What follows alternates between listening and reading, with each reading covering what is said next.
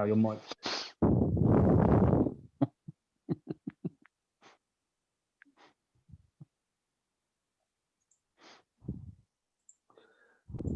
Ladies and gentlemen, welcome back to another episode of Talking Madness.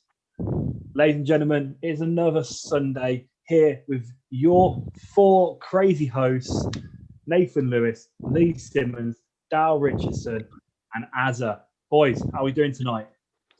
Yeah, pretty good, mate. Pretty good. I've got my beer, so I'm okay. Yeah, I'm good, guys. Yeah, I'm looking forward to the show. Yeah. I'm looking forward to it as usual, Nathan. Let's bring on the guest and let's have some fun like we always do. Let's have it. That's right, ladies and gentlemen. It is Sunday, the 24th of January. Talking Madness here with another episode, and we have got a special guest tonight. He is currently the CPW Heavyweight Champion. He is also the CPW General Manager. He is the leader of the coalition, and his name is Alex Connors. Well, lads, are we excited for Alex Connors then tonight? Yeah, I mean, I think it's the first time I've ever been excited to see Alex Connors in my life. But yes, I am tonight, definitely. He's the ultimate thinker, the ultimate snake, getting in there, worming his way into situations, making situations work for him. It'd be good to hear him pick his brain tonight to see why he enjoys being like that. Why he can't just be a nice guy. The ultimate strategy guy. He has a plan for everything, and usually it goes his way. I mean, he's probably got a plan for the show tonight to make himself look amazing, and some advertising. I'm guessing. Oh, yeah, probably. Yeah, at least. What about a plan? I've got my plan written down. Unfortunately, unfortunately, his campaign didn't work for the presidency. But there you go. That's Dale. I mean, no, he's right. Start. Talking about presidencies, let's talk about obviously the recent is it inauguration. I think I'm really bad with my words. Is that what it is? Inauguration, yeah. Yeah, I mean, let's talk about the Bernie Sanders memes. How funny are the Bernie Sanders memes? What's everyone's favourite Bernie Sanders meme? I haven't seen them. No, mate. I've no idea what you're on about, mate. So you're telling me you're telling me on Facebook or anywhere you've not seen any of the photos of Bernie Sanders sat in the chair. I mean, they've put him with doing the pedigree. I mean, not the pedigree, the tombstone. They've got him in the octagon. So you've not seen any of them? No, I haven't, mate. Nathan, right? We know you're at home with mummy and daddy, and mummy and daddy's doing everything for you, but we ain't got that privilege at the moment, mate. So wait. So Bernie Sanders was basically sitting there, all grumpy faced because. No, he's got a scarf around his mouth. He's all up in his woolly coat, sat there on a chair with one of his legs crossed over, and it's hilarious. And it basically turned into a meme. Oh, actually, I don't understand. I have. I've seen him putting like a leg lock on somebody in the octagon. Yes, I've seen that. Yes. Okay. See, once again, obviously, I want to go back to welcoming everyone joining us on YouTube tonight. Thank you again. Obviously, if you are watching live, comment your name, get us a shout out, get your questions in for Alex Connors. He will be joining us at 9:00. But I seem to really be like with people living in the dark ages. If you guys have seen these memes, tell me which one's your favourite Bernie Sanders meme, please. I don't want to be the only one here. I just didn't pay that much attention to it. That's all. Like I've just said, Nathan, Okay. I have no idea what you're talking about, mate, so I can't answer. What about the four guys? Don't worry, mate. I'll send loads to you later. Right. Dave, what about the four guys that have been the memes lately as well? The 3 from Coventry, 1 from Birmingham. Yeah, Cov lads. Yeah. With their really short trousers on. No, I mean, I'm not going to lie to them. Fair play to them now. They're making money off the back of that. Hey, I mean, I'll be honest, yeah. I mean, I wouldn't wear trousers that tight myself, but that's because I'm so short. But, they didn't look that bad. I don't see why everyone was taking the piss out of them. I thought they looked pretty smart. Again, no, I've got to give a big shout out. Sorry. I've got to give a big shout out to one of them. Dale, will you stop talking when I'm talking, please? That's me and you. I was talking first, man. Yeah, I know, but you're a Newcastle fan. It don't really count. You stop interrupting. Go on, Dale. You talk next. Go on, Dale. Go on, Aaron, mate. Go on. No, go on, Dale. Go on, mate. You sure? Well, one talk, right? No, I'm just saying. I've got a big. Just say, oh my days, Dale. Oh my fucking God! Are you winding me up or what, man? Go on, Aaron. Go. I'm gonna get here. I don't want to talk no more. I'm just gonna. I forgot what I was going to talk about. Actually, Dale. Now. We ain't getting past. We've been on for 5 minutes, guys. We can't get past you two like talking. It's mental. We're not going to get very far behind, lads. No, we're not. Go on, Dale. I'm done now. I was just going to say I don't know what. There's no one that I don't know what you're talking about. So I don't know. So Dale, do you actually leave your house? No, I'm not allowed to. Got a point. Okay. It's national. I've got a job to go to anymore. So. Oh, Dale, don't make us feel bad. Do you know what I mean? Don't need to drop that one in there, Dale. Oh no, It's a fact. No, we could do some advertising here. If there is anyone watching on YouTube who has any jobs going at their place or know of any jobs available, please book up our man Dale. We'd be much appreciated. Yeah.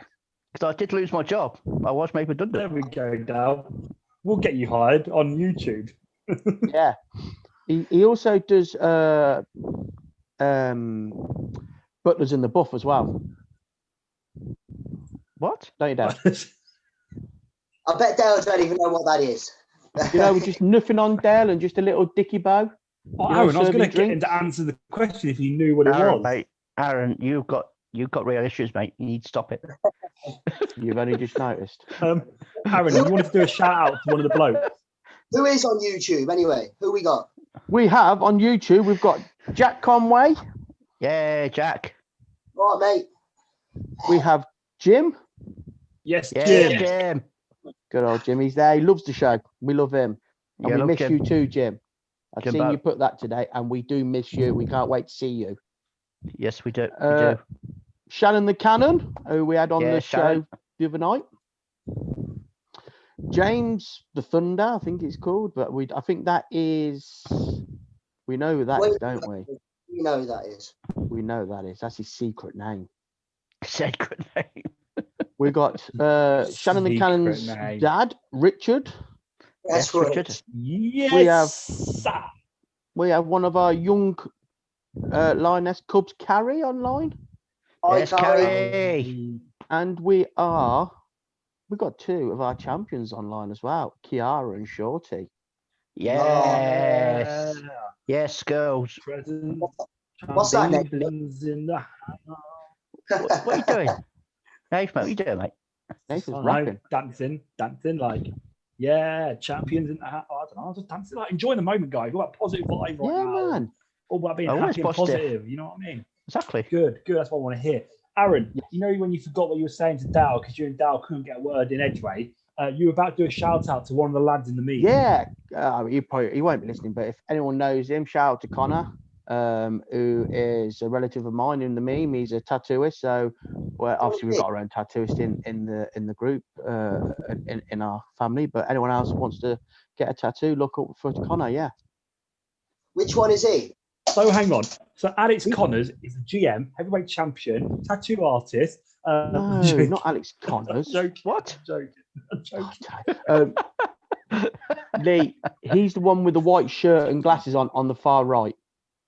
Yeah, I think I know which one you mean. You related to him? He's a relative of mine.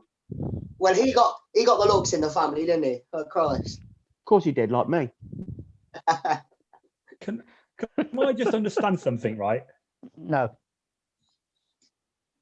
Is it me, Probably. or does Aaron seem to be related to a lot Everyone. of people that get mentioned on this show? Mate. Like, can we find people? Listen, his family is obviously, well represented. Well represented, yeah. Lee, There's a lot- you've met I my think- family. Lee came out on a night out with my family. I Yeah, did. I wasn't invited. Yeah, Great I didn't people. like Oh no. Wasn't I? Was like when I was in South Africa? you. No, mate, we just didn't invite you. Yeah, okay. Can you believe that, Nate? Why wouldn't they invite you? I mean, I don't know, mate. I'm the party animal. I mean, And exactly, yeah. I'm the living house of a party. Like, there's no party without me. Now, woe back.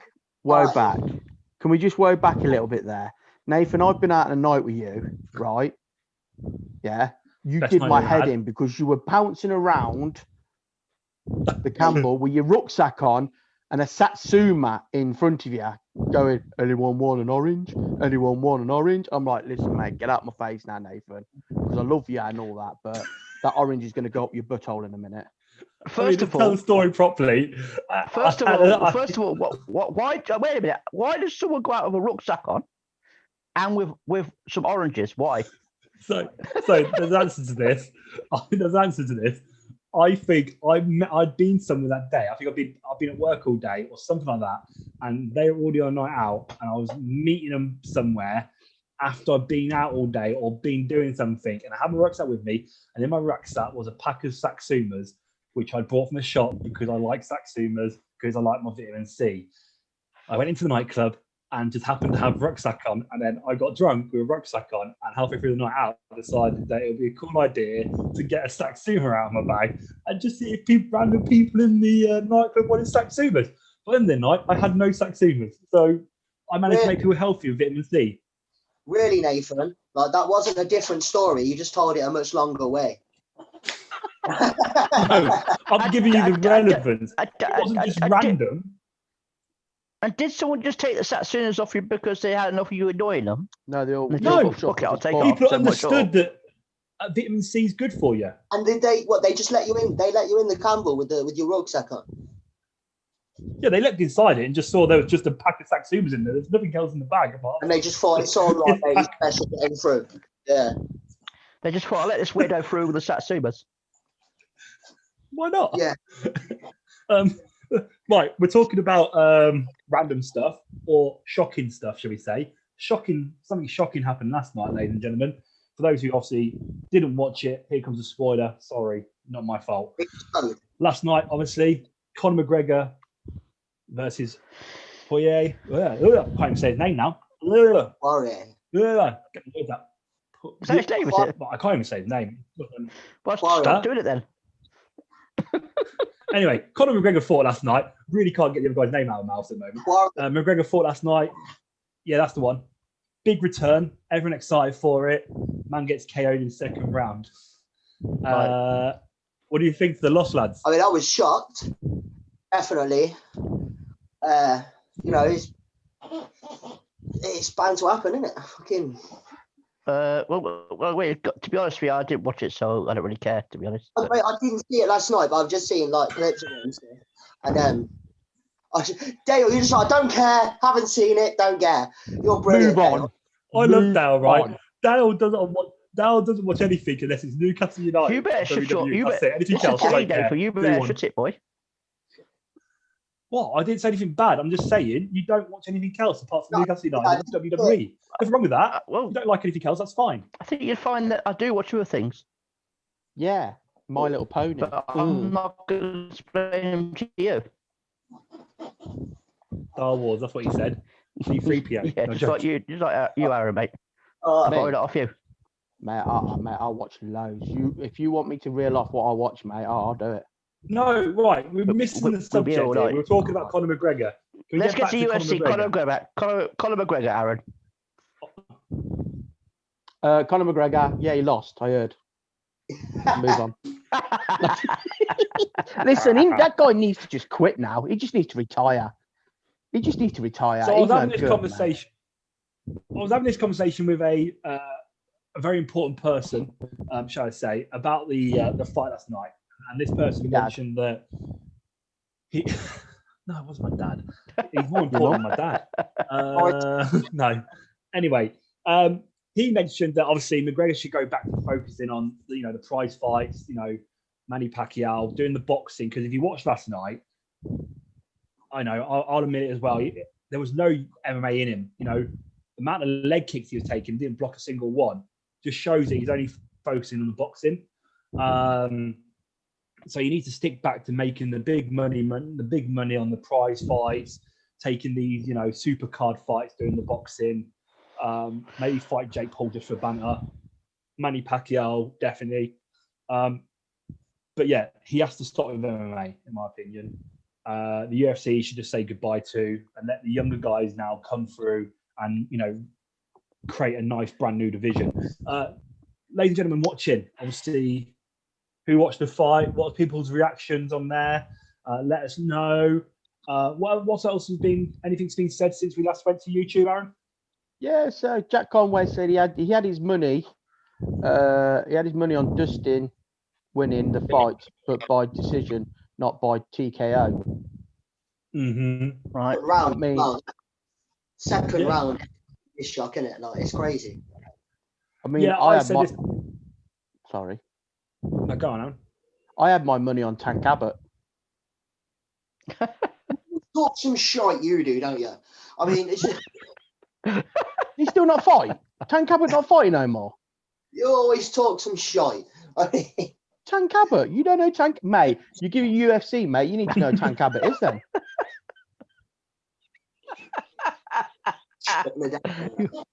I said to someone about the fight, and I said if Dustin is going to win, it's going to be probably going the distance and by decision. But again, I didn't expect him to knock him out. But again, it goes to show, like I said with Conor, you can't expect to be at the top of your game if you're doing one fight a year. Going up against guys that are doing 2-3 fights a year in the octagon. We know that in wrestling. Did you say, like I said to Conor? You talking about Conor McGregor? So you're talking to Conor McGregor? Is that what you're saying? I was talking to other people about Conor, not to about. I was talking to my mates last night. You've got to bob and weave. You've got to stick it. You know what I mean? Fucking hell, son. No wonder you lost. I gave the heads up that his ring. I gave the heads up he had ring rust. We talk about this in wrestling all the time. That ring rust is a real thing. That if you don't compete for a few months, or if you're not competing for a few months, you get rusty. You feel things more. And that's probably the same with any sport. You see it in professional football. If footballers don't play for a while, they got on that pitch and they're not the same standard or ability. Boxing, UFC, all be the same. A lot of people question what's next for Conor. That's the question. What's next for Conor? Anything, Karen? Well, what do you reckon? Yeah, well, COD Pro Wrestling has said Conor to WWE maybe. I mean, WWE's a bit too PG for Conor, I think. You know what I mean? Bit of fucking. I don't know if you watched it. Roman Reigns, you'll do fucking nothing. You'll do fucking nothing. You know what I mean? He's from Yorkshire, mate. I mean, I don't know if you watched his last. All right, our kid. Where's me whippet gone? Where's me whippet? Where's me flat cap gone? I'll get you in WWE. I tell you now, our kid. It would be good to see him there, though. I disagree with the PG thing. If you watched him at the recent press conference, he was very more mellow and not all effing this, effing that, this, that, and the other. He was very mellow. Coventry Pro Wrestling aren't the only people to state Conor could go to WWE. It's a big possibility. The question is, though, is the paycheck. He's not going to be cheap if you want him. Let's put it that way. You know what I mean? He's a multi-millionaire, whatever he is, but still, he ain't going to be cheap to get in there. So it's all about money, probably, with that question. But Nathan, again, going up to WrestleMania. A little run going up to WrestleMania. You know what I mean? Like, just even like if he did even what Tyson did. Yeah, well, Tyson didn't do anything really apart from just getting there and just do little bits and pieces. But you didn't need to. He had the star power already. You know what I mean? And I mean, I agree with you, mate. I'm not saying others on that level, but he need to do that much if he came in and just fucking maybe have one match or something. It'd be good to see, definitely. Oh, do you know what? I'm with COD Pro Wrestling here. It was just put would be cheap now. Yes, he would be cheap because I mean, Conor McGregor is just a name now, isn't he? Yeah. That's all he is now. He's a name. He's not a champion. He's not at the top of the game no more. Everything he goes in, he unfortunately he keeps losing. So is he?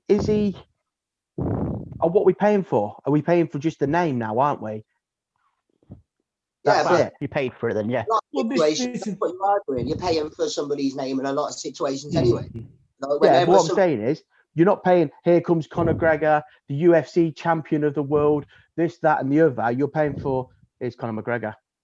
Yeah. Well, I read this the other day. Is that at the Conor McGregor spark or the Conor McGregor thing gone? I wouldn't say it has, because obviously, if his name's on the show, he's still making money. His name is money. But again, that's why wrestling is probably the next step for him, or suit him more, because again, it's wrestling. Whereas, like you say, in the boxing or the MMA and the UFC, he hasn't won for a while. And then the more he loses, the less that name's going to mean, the less more people want to see him, etc. And therefore, he's going to become irrelevant.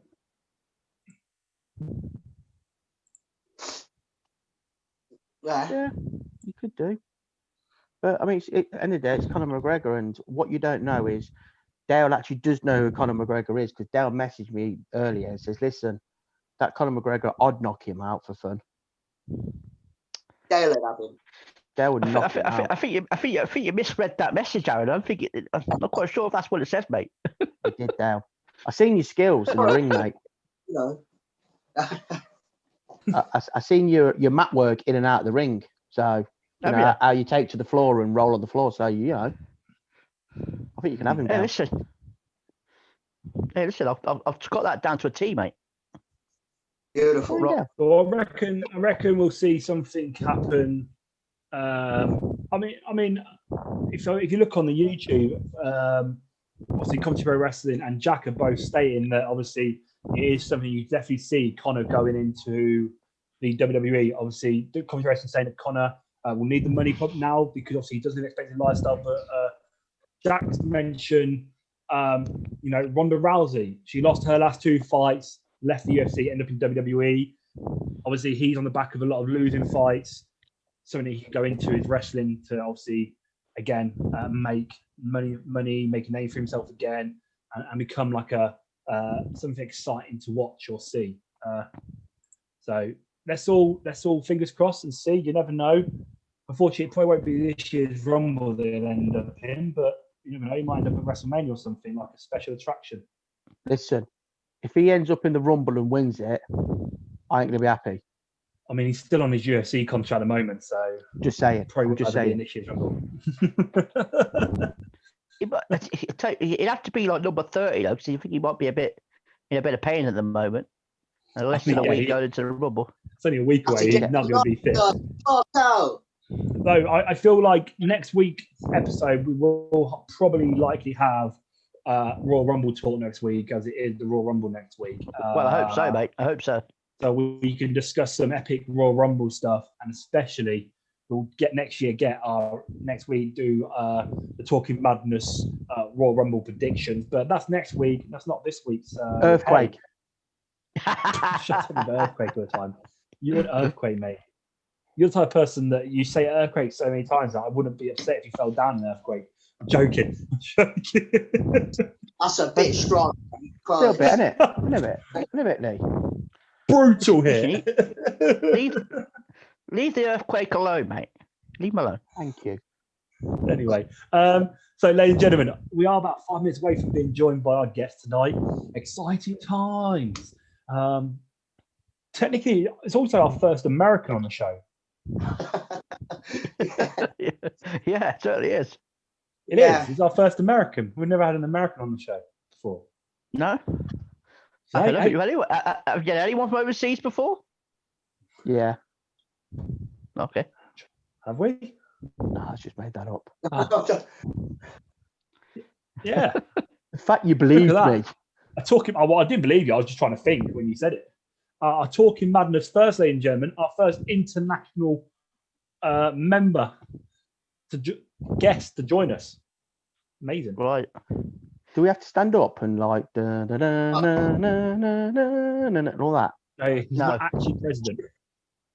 Or like the don't know. Queen. Or No, King. unfortunately, he didn't get enough votes. He was close, but not quite. royalty. Rigged. It was Like, rigged, Dale.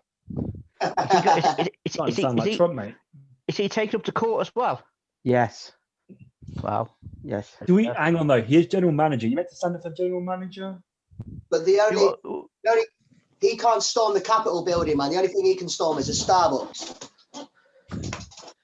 I think did. Well, Some hang people on, would has he say. still- Some people would say he did steal the CPW heavyweight title, but that's Yeah. up to debate. He definitely did.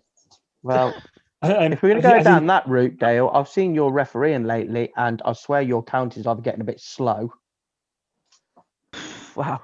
This is Yeah. just a man who hasn't refereed before in his life, but okay. Well, I might not be a referee, but I know how to count to 3. Hang on. And Has he stormed your Starbucks, Lee? No, he works no, at Costa. Costa, mate, not a Starbucks. So. Oh yeah. Mm. Oh yeah. Yeah, get it Telling right. me. Get it right, mate. You tell him, Lee. You know what I mean? Trying to give it all the Bit of big. insult where he works. Get it right. I know. Yeah. I was actually trying to make a good joke there, but it just went wrong. I got the wrong shot. That's just like you, plus- isn't it, mate? And plus, it's lockdown. Lee's shop's closed. No, They're doing takeaway, aren't they? yeah. Drive-through in it, and yours a drive-through. No, is your bollocks? I'd hate to work in one of them. I'd have to wear one of those things like you're wearing right now. A headset. that sounds like farewell problems. A headset. Oh, sorry, a headset. Oh, I thought something else then. Sorry, my bad. What? Oh, I just remembered. I'm sat here and I haven't put my t-shirt on. Don't change t-shirts. Nobody wants to see that. Mate, it's been cold BPW. outside. It's snowing. Yeah. Don't wants do to it live see- on air, mate. Don't do it live on air, mate. We don't need to see it. I'm keeping my jumper on, lads. It's a bit cold, you know. Like it's been snowing outside. If you're not sure, if you've not looked out your window recently, Yeah, but it's not snowing inside, is it? but it's still chilly. I might No, be Dad. saving gas bills. I might be saving the gas bills or something. You not have the heating on. He lives in a You're caravan. not paying the bills, though, are you? Hey, my parents are skinnier than me, mate. So I can guarantee you. If I tell them I'm cold, I get a blanket thrown at me. If I'm telling them I'm really cold, my dad goes to the fire downstairs. You can sit next to that. At least you get a blanket thrown at you. I get a brick. Shut up! Right, ladies and gentlemen, he's early because what do you expect from your general manager? Wow.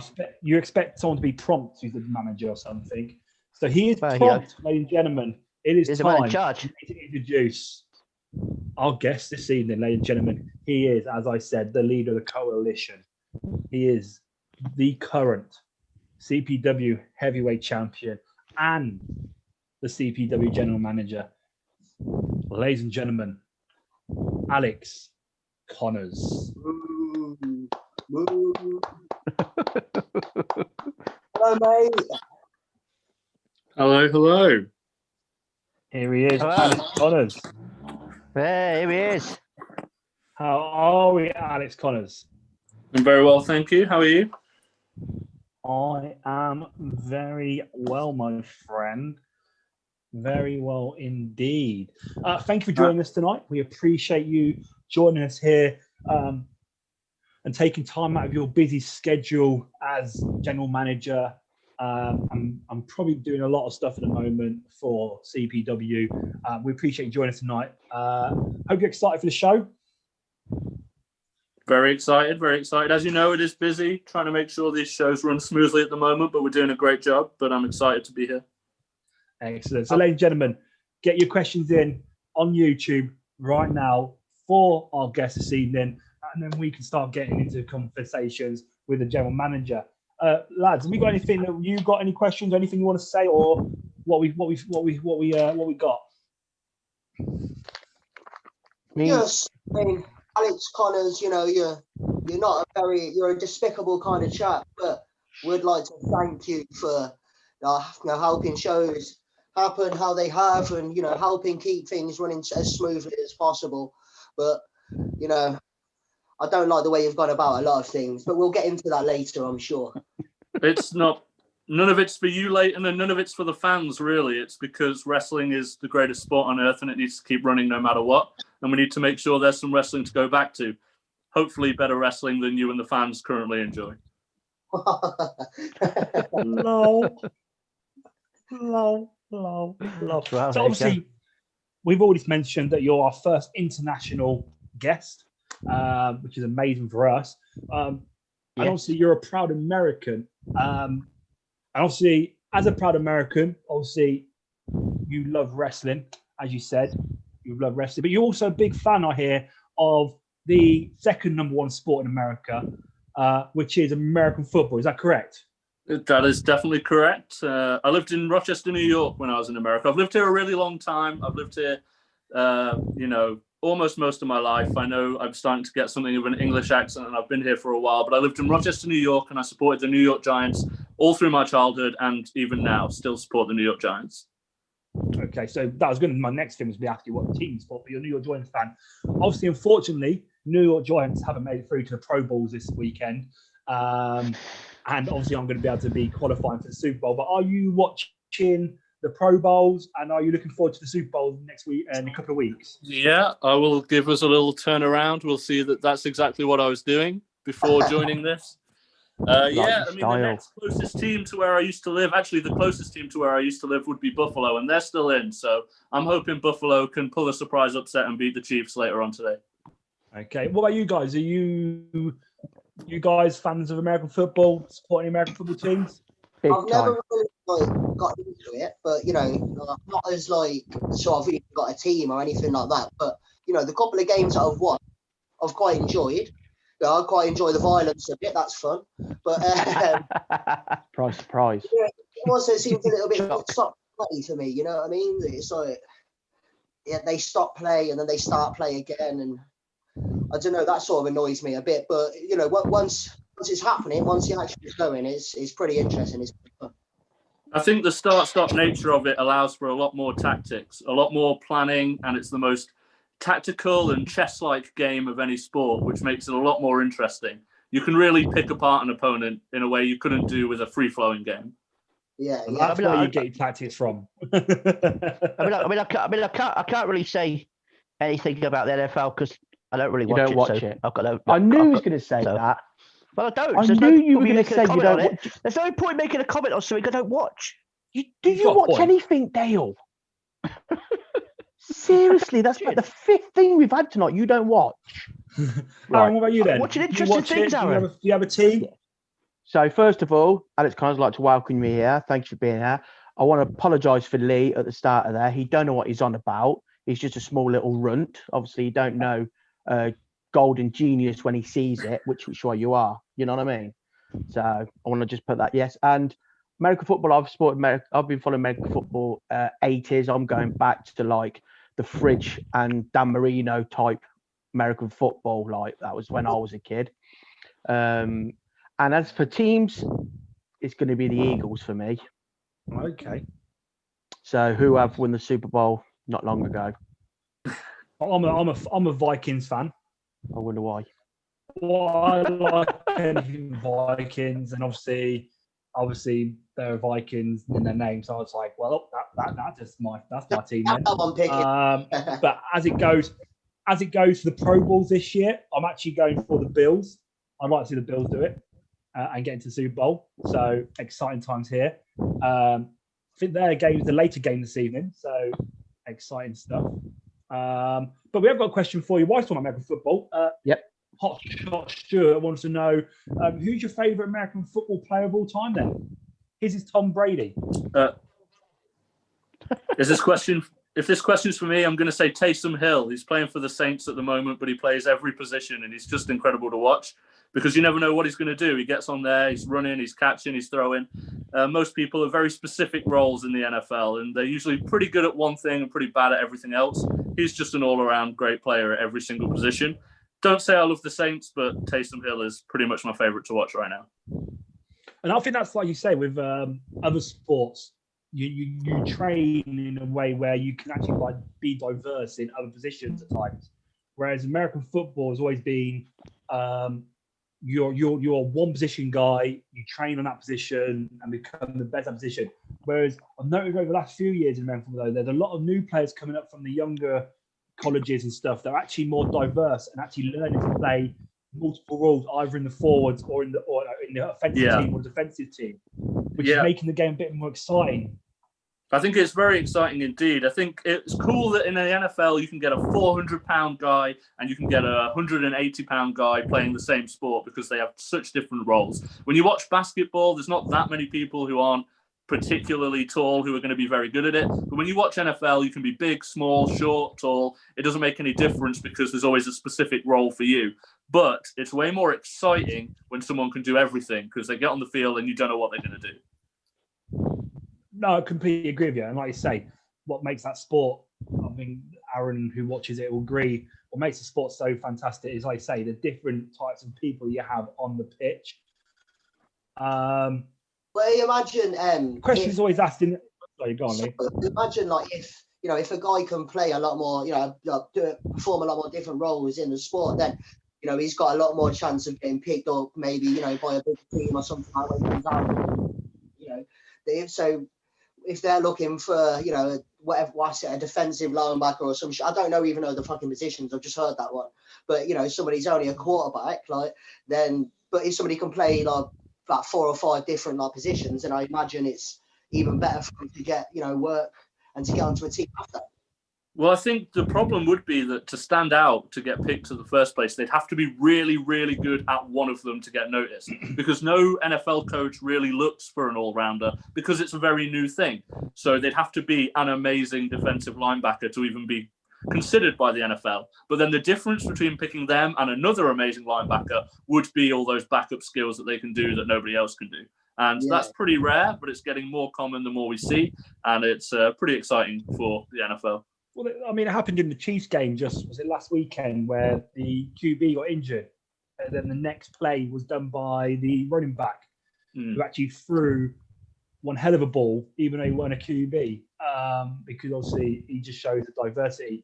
So obviously you've lived in England for a while, so you'll know our national sport, or one of our national sports of rugby, which is obviously compared a lot to your sport, American football. Commentary Pro Wrestling asked the question, which do you feel is a tougher sport, or would say is a tougher sport, rugby or American football? American football, definitely, because every single player gets hit on every single play, and every single player gets hit pretty much in any sort of angle or positioning. When you play rugby, only the person with the ball is getting tackled, and the person with the ball is getting tackled once every few minutes, and it's a very strict rule on where you can tackle. Can't go above the neck, can't go below the knees. It has to be wrapped around and it has to be dragged to the ground. NFL, every single play, whether you've got the ball or you don't have the ball, somebody's going to slam into you with not the same form or safety that they do in rugby. That doesn't mean rugby's not tough, but NFL is tougher. Can I ask? Sorry, go on, Lee. I know it's just from a film, but the Waterboy? Yeah. Like there was a bit in that where it's a great film, but where he just fucking powerbombed this geezer, yeah? Would you be able to legally do that in an American football match? If that person's got the ball, you can do whatever you want to them, yeah.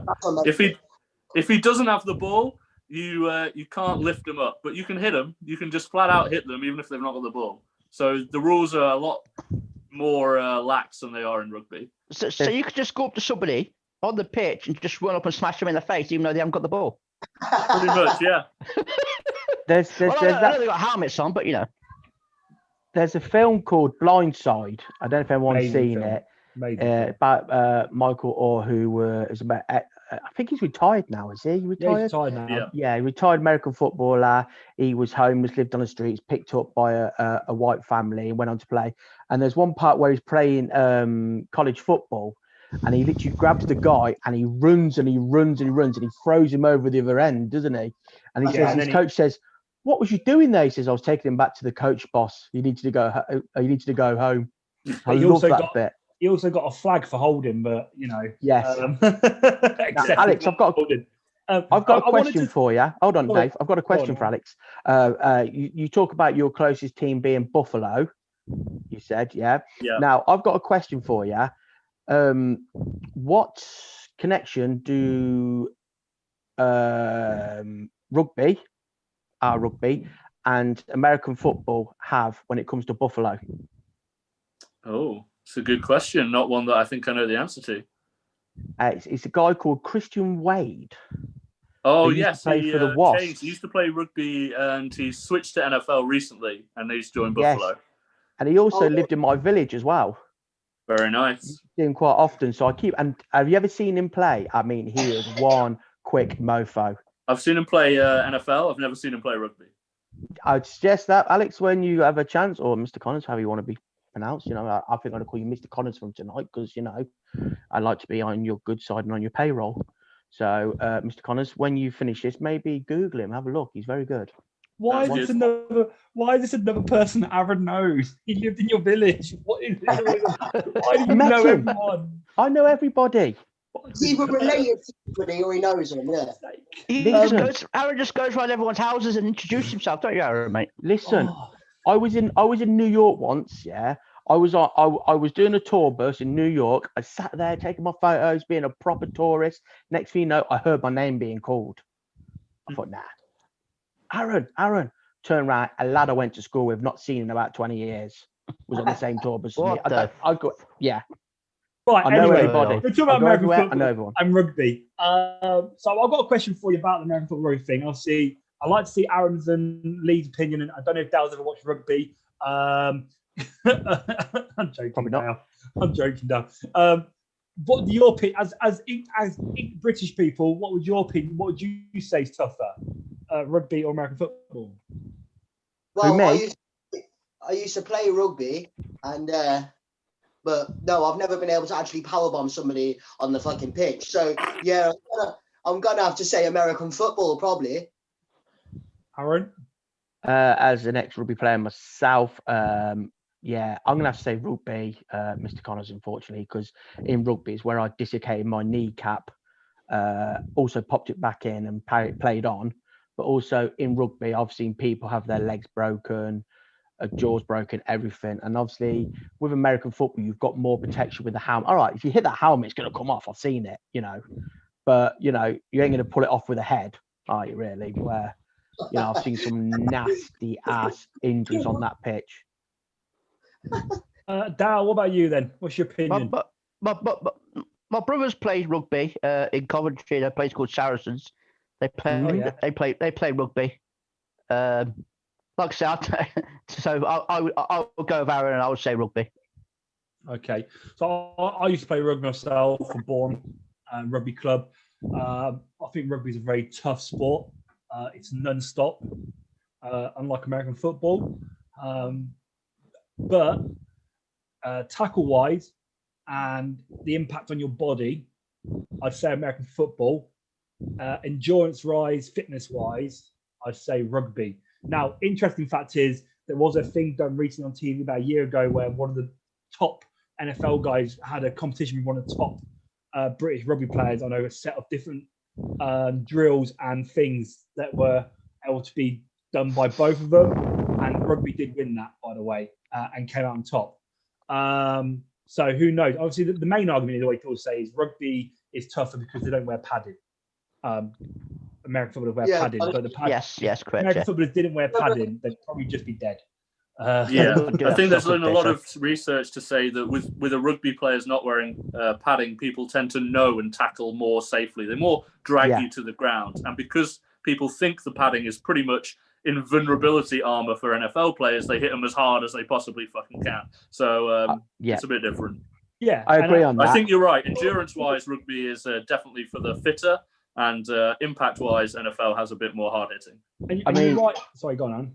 In American football, like you're saying, you clothesline one of your opponents or powerbomb him, you're getting a pat on the back from your team and going like, "Well done." You do that in normal rugby, you're getting a red card and getting like a 12-week suspension. You know what I mean? So yeah, when it comes to hard hitting, I like watching American football for the hard hitting, you know. But when it comes to the rugby, I like it for the tactical side of things and how it's set up and things like that. And because I played it. I've never played. I'd love to play American football. My actual brother-in-law plays American football now. He loves it. Massive New York Giants fan as well, actually, like you. So Correct there's choice. 2 of you that I know in my life.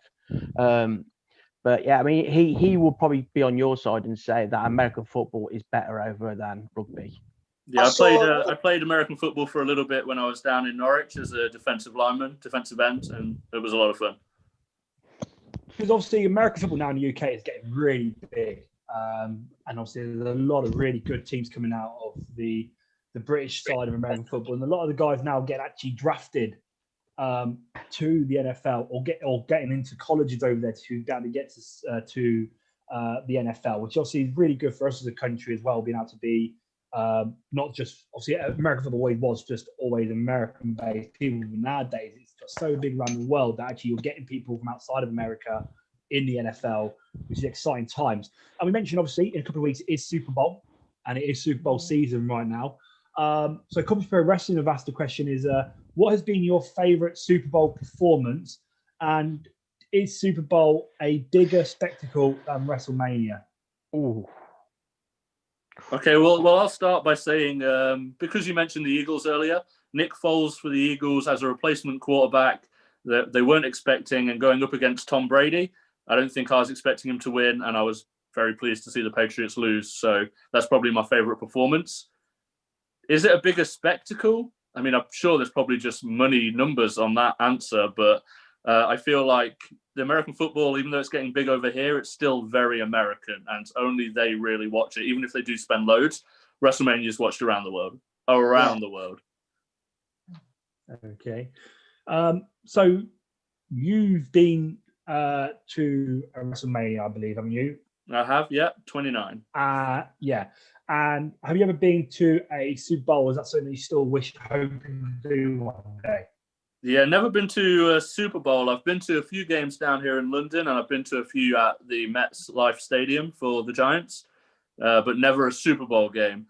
Usually because the Giants didn't look like they were likely to make the Super Bowl that year. So I'm holding off until we're having a good run. Okay. And you said you went to WrestleMania 29? Yeah, 29. WrestleMania. What was the Can't go wrong with that. Rock Cena 2. Oh right, yeah, good one. Yes. I mean, So that's And it was also in New York Giants Stadium. So that was the reason I went. it's one of the things I want to do when I go to America again is actually watch American football game live, because I mean they're back crazy over there, mate. I mean, you'll know Mr. Connors being an American, but they're out there with their barbecues, and man, they dye their buns the same colour as the team and stuff like that. Yeah. And you're just thinking, no, this is crazy, and it's just like a free-for-all party with beer. And Lee, you'd be happy, man. There's beer everywhere.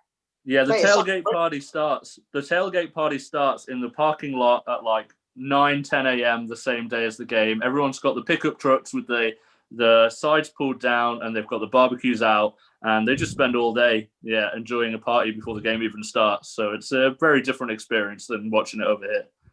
Let's go, lads. Let's do it. So you. I think I'll leave you guys to that. I'll let you go. I'll stay here. Well, I mean, we can talk about My Little Pony if you want, Dale. So you obviously mentioned Super Bowl. They spend a lot of money on it. Right. One of the biggest things they spend their money on is the halftime show. We've seen some amazing halftime acts: Beyonce, Michael Jackson. There's been some epic halftime shows. What would be your favorite halftime performance that you've ever seen at the Super Bowl? I'm not really, we're going to find out here, the biggest music fan. So my favorite halftime show is when NXT puts on a 6-man tag, and I change the channel. Fair point. Was it that time when Janet Jackson did it and a booby popped out? Was that not at Really? Super Bowl? No, that was at the Oscars. Was it? No, Yeah. I thought it was Super Bowl. I don't think it matters. I'm just asking a question. We've got Mr. Connors here, the esteemed general manager CPW, American Zone. He stood for presidency and got robbed, I feel. You know, Correct. I'm behind you on that one all the way. A I'm close asking second. a question, and all you're doing is making a mockery of him here, Nathan, by going, really? I'm asking him a question. Can we have a I bit of don't respect, think please, it's the Nathan? appropriate question for our general manager. Sorry. Well, I don't know. His knowledge of Super Bowl is like the same as your knowledge as Reader's Wife magazines, Nathan. Okay. I'm leaving that Carry alone. on. Let's carry on then. Let's carry Yeah, on. so I don't think that was at a Super Bowl halftime show. I think that was at the Oscars. But yeah, the best Super Bowl halftime show is when you've got NXT or even the Boiler Room Brawl from back in the day was a halftime show. And if they put wrestling on at the halftime, I don't care what musical act's playing because I'm going to watch wrestling. Yeah. There you go. I'm with you on that one. Yeah, so obviously you're on about wrestling. And obviously you mentioned WrestleMania. Let's go first of all then. What's been your favourite match ever at WrestleMania? Ever at any WrestleMania is probably the first Michaels Undertaker match. Right. Okay. Brilliant. No, that's fine. Great match. You can't go wrong with that match. I mean, I must admit it. So we're talking about favourite matches here then. So that goes on to a question that I've seen on the YouTube from Jack, who says, what's your favourite match that you've competed then in CPW? Yeah, it's a good question, and I had a feeling someone would probably ask this, so I've been thinking about it for a while. I would have to say it would be the Road to History 2019, Alex Connors versus Eli Connors. Loser leaves, and it means that I ended up missing history in 2019 because of it, because I lost that match. I think it was a match where most people, me included, probably didn't think that Eli was ready to main event a CPW show or that he was going to step up, and he brought the absolute A game. He brought a game that I was obviously just not quite ready for. We saw a lot of people interfere from our past and present, which I thought would swing the tide in my favor, but he had just as many friends coming to help him out. And at the end of that match, that CPW Galaxy coming up to the side of the ring and slamming the side of the ring because they were so happy for Eli. It had been a long time that me and Eli had been rivals at that point, and I'm glad that he finally stepped up against me. But obviously, I was equally glad not to have to see the CPW Galaxy for a little while because they're trash. And You've always had a bit of a sorry. You've always had a bit of a hatred for the Galaxy, haven't you? Yeah, I often worry that I think a lot of people think pro wrestling includes a lot of storytelling and a lot of characters, and they think that I put on a persona. I hate the CPW Galaxy from a real, genuine bottom of my heart, and I hope they know it. I think they do, mate. I'm pretty sure they do. It's I'm quite. Sorry, go on, Lee. I'm just the noise that they give every time you come out there, man. The hatred, the venom that gets spat at you. Yeah, they know, and the feeling's mutual, mate. The feeling's mutual. Yeah, I've always been a big fan of Japanese pro wrestling. It's one of my absolute favorites, where real athletic, amazing people perform. And the Japanese crowd sits there respectfully, silently watching with just a polite round of applause whenever they see some magic. And our drunk, ignorant fans who don't know what's good for them sit there and shout meaningless tripe all show. What, like KFC? Yeah. Whoa. KFC. No need for that. KFC. I'm afraid there is, mate. I'm sorry about I'm this, sure- I'm Mr. sure- Connors. I'm sorry about this. I'm sure. You know what? Dale's pretty much a good example of the CPW Galaxy himself. I mean, we talk about KFC. Well, I'm quite pleased about that, to be honest. So I did say earlier about You your talk about refereeing skills at the moment, Dale. They are slowing down a little bit. I did mention this, Mr. Connors. Maybe you could Thank look you. back on, some shows. I feel Dale needs training on the 1, 2, 3. Yeah, Well, could reverse a few decisions that should have gone my way to begin with. well, Dominic De Winter did volunteer to go in my place. He thinks you could do a better job. Maybe you can have a word with your associate, Mrs. De Winter, Mr. Connors. So I think he would do a fantastic job. He's a very smart man, and I'm sure he'd call it right down the middle. Well, while we're on this question, Mr. Connors, and I don't like asking these, because I have a lot of respect for you. But we have had a few questions involving the KFC. Coventry Pro Wrestling wants to know: did you cook her ladyship? Oh, I No, know disrespectful. I'm sorry. absolutely didn't. A very disrespectful question. In fact, her ladyship received a full burial with full honours. The whole family was here. We flew her back to New York, Rochester, where I'm from, and we buried her with everyone around. It was not where I wanted her to end up, because realistically, she had a long time left to go and she was taken prematurely from us. But no, I've never eaten KFC in my life. It disgusts me that the fans bring it to shows. It disgusts me that they throw it at me in the ring or bring boxes of it. And her ladyship deserves a lot better than that.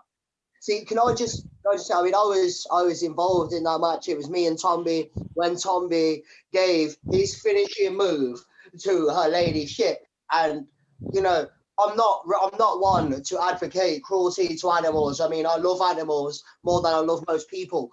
But that was fucking hilarious. So you're saying you're not one to advocate cruelty to animals, and then you're just going to go and advocate some cruelty to animals? Yeah, well, you know, it's chicken, isn't it? Oh, yeah. Chickens, people from Coventry, these things just aren't the same. Yeah, they're just trash. Once again, Mr. Connors, I want to apologise for Lee, but I will come back at him by saying I'm glad I dropped you off my shoulder now. So To be honest, Lee, though, just a quick reminder, Lee, you still there, yeah? I'm here. Yeah, who won that match? Yeah, it's because I was handcuffed to the. Who won to the that ring. match? I was handcuffed up. Who won that match? Yeah, you guys did, yeah. Lads, we're not here to debate who won and who beat who when. Yeah, we don't need to debate because it's an actual result, so there's no argument to be made. I won that match. Obviously, you mentioned, obviously, we just had that question where mentioned, obviously, your favourite match ever in CPW. But let's take it back to the start, shall we? Obviously, you started with us back in 2017 at CPW. What was obviously, you know, how did you come across CPW and obviously get to become part of CPW? So I'd been living, when I'd first moved over to the UK, I was living in Norwich, where WAW is probably the be-all and end-all when it comes to wrestling. And I'd moved up here to the Midlands, and now I live in a place called Hinckley, if anybody knows it. And there wasn't a lot of wrestling to be found here. So I was looking around, trying to find somewhere to train again. And CPW not only had a really amazing academy to be training at, but it had some of the more interesting and exciting shows and some of the more rabid, if dumb, fans. So I remember coming to a CPW school and just being really excited to see the ringers there 4 days a week, and people get an opportunity to train and, you know, under a whole different set of teachers, to be honest, who are all good at different things. You know, me and you are very different, Nathan, and we both have a whole different set of skills that people can learn from those, and Will and Phil. And it's a whole different set of skills, even if they're not all great people I agree with. So I was excited. I was also very excited to see the shows that were being run. They were a lot more frequent. They were a lot more exciting. There was some stuff that would run at all times, all year. And I just wanted to get involved in wrestling as often as possible. And CPW runs probably the most frequent and enjoyable and cult-like fan base in the whole of Midlands. So I was excited to be there. And my first match was against Fifi on August the 27th, I think. And that was the first time I'd ever experienced being in the ring with those fans on the outside. I hated them then. I hate them now. Right. If I remember right, it was the first time you've probably been spanked in the middle of the ring as well. Yeah, it was very different to anything. I'd wrestled for about 10 years already, 9 years before that, and it was completely different to any match I'd ever had. CPW allows people to be more than just a wrestler, and Fifi is a very good example of things that I never thought I'd ever come across in the ring.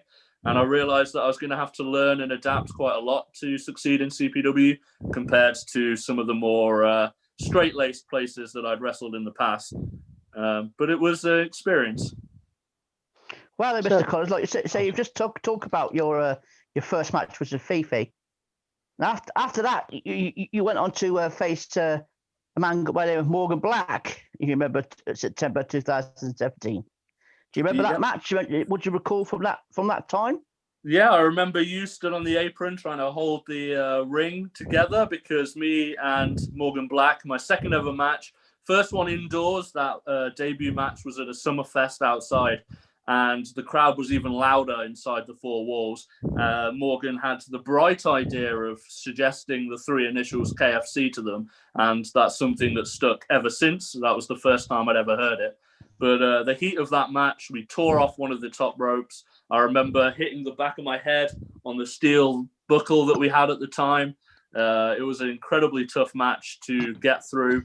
Our incredible ring crew, and a lot of people will know, Senor Taco, managed to repair it mid-match, and we managed to finish the match in quite an exciting, frenetic pace. And I pulled out my first win, as I'd lost to Fifi before against Morgan Black. And to be honest, he's been something of a rival ever since for the past 3 years. Yes, I must say he has. I mean, well, after that, you were brought up into your family into CPW. The Hillbillies, they arrived in CPW around about October that year, and you had a sing-along. Do you remember the sing-along? Yes, yeah, I remember writing it and practicing it so that everybody would be ready. We had guitar skills with Daisy Summers. She was ready with the acoustic guitar. We brought it to the middle of the ring, and to be honest, the Coventry Pro Wrestling fans were just as out of tune with our sing-along as they are every time they sing Sweet Caroline. Well, I believe you were interrupted in that match, I believe, by a Mr. Casanova and Athena Fury, I believe. Yes, it was, and it led to a mixed tag match, which we did not win, but even at that early stage, I was very excited because Mr. Casanova, despite being rude and not showing any respect to international guests, was, I believe, the CPW champion heavyweight at the time. And so a chance to lock it up with the best CPW had in only my third match was a real adventure for me. But it was also a time when the rest of the Hillbillies, who weren't nearly as experienced or practiced as I was, got their first experience being in front of the crowd. And Daisy was actually in the match itself. And we didn't come out on top, but it was a real debut few matches for the Hillbillies as a group. Yeah, I mean, like I say, going on into that, I mean, I'm not quite sure, because not long after that, we had the event at the Sports Connection. Did you go to that event? Or did you go to that event? No, I don't remember it. Sports Connection. Okay, yeah, it was with Magnus and Nick Aldis. I didn't know if you went to that event with Tommy Dream. I don't know if you went. No, you not go. No. Okay, well, okay. I'll just check in case you did. Anyway, right. So after that, I didn't know if you went or not. So after that, you went on the 4th of November to take over the Hillbillies CPW Tag Team Championship match. Do you remember that match? Yeah, I've got this written down as one of my favorite matches as well when I was trying to decide. This was, like you say, the 4th of November. We took on Beast and Crow, who was a tag team, and this is what makes wrestling just as cool as the NFL, of completely different sizes. Beast, an absolute monster in the ring. Crow, young, very small, but very agile. And it was for the absolutely, still at the time, brand new tag team titles. It was the first time Eli had been an official entrant in a match, and me and him had known each other for 13 years at that point. So to not only get in the ring with Eli, who may be my brother by blood, but who's someone we were separated. We'd only trained together when we first started getting into wrestling, and to come up, win the tag team titles with him, brought a tear to both of our eyes, to be honest. We may not have gone the same way, because at the time he did as he was told, and he did what I told him to do. And these days he's far more interested in pandering to the galaxy. But at the time, me and him were closer than ever before. Eli is a fun-loving, happy guy. These days, Eli is a good chap. Yeah, those days he was successful, and we won the title and dominated that division for 6 months. So we'll see how well and how long you keep it for. Yeah, so you So go on. Sorry, go on, Mel. So you mentioned there. Obviously, you mentioned the Hillbillies. You've mentioned Eli being your brother from blood, but you've gone down different paths. So, curiosity. This is just me. Curiosity. I'm not trying to be offensive or anything like this. Before Aaron tries to kiss your ass in this conversation, I'll But kick your ass. but obviously the Hillbillies probably go down in history. Well, they are Hall of Fame for a reason. As one of the best factions ever in CPW, groups in CPW. But what happened? Because, I mean, if we're honest, you're the only one left. The others have all gone. Well, Eli's still there. here. He's still here. But the Hillbillies, the Hillbillies as a thing just doesn't matter. It doesn't exist anymore. None of the others exist. It's just you and Eli left, but he's on a different path and you're on. What happened? And what was the downfall of the Hillbillies? That's an excellent question, to be honest, Nathan. And the answer is pretty simple. The Hillbillies survived, thrived, and dominated through my hard work. And there's a time comes where everybody needs to be cut loose and see whether or not they can come back just as dangerous, just as hardworking, just as enthusiastic by themselves. And as much as I don't agree with his current choice of partner, as much as I don't agree with his current pandering to the fans, Eli, we didn't see that much of him at the start of last year, but he did come back. He worked hard to be successful by himself. I couldn't carry everyone forever, so it was just a matter of whether or not they could come back individually. And I had to set myself, instead of tag team gold, I wanted singles gold.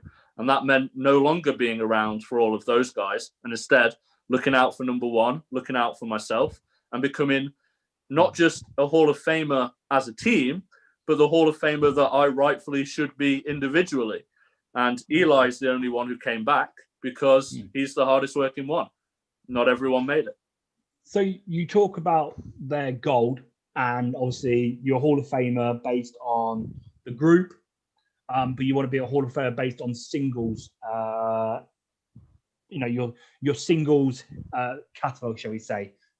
What will make your history in looking back in CPW as a singles wrestler.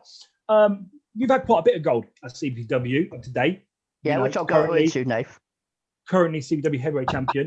I understand Dal's got some more questions. We're going to obviously some of the titles you've won. Just quickly, whilst talking about gold though, what's the next gold that you want after the heavyweight title?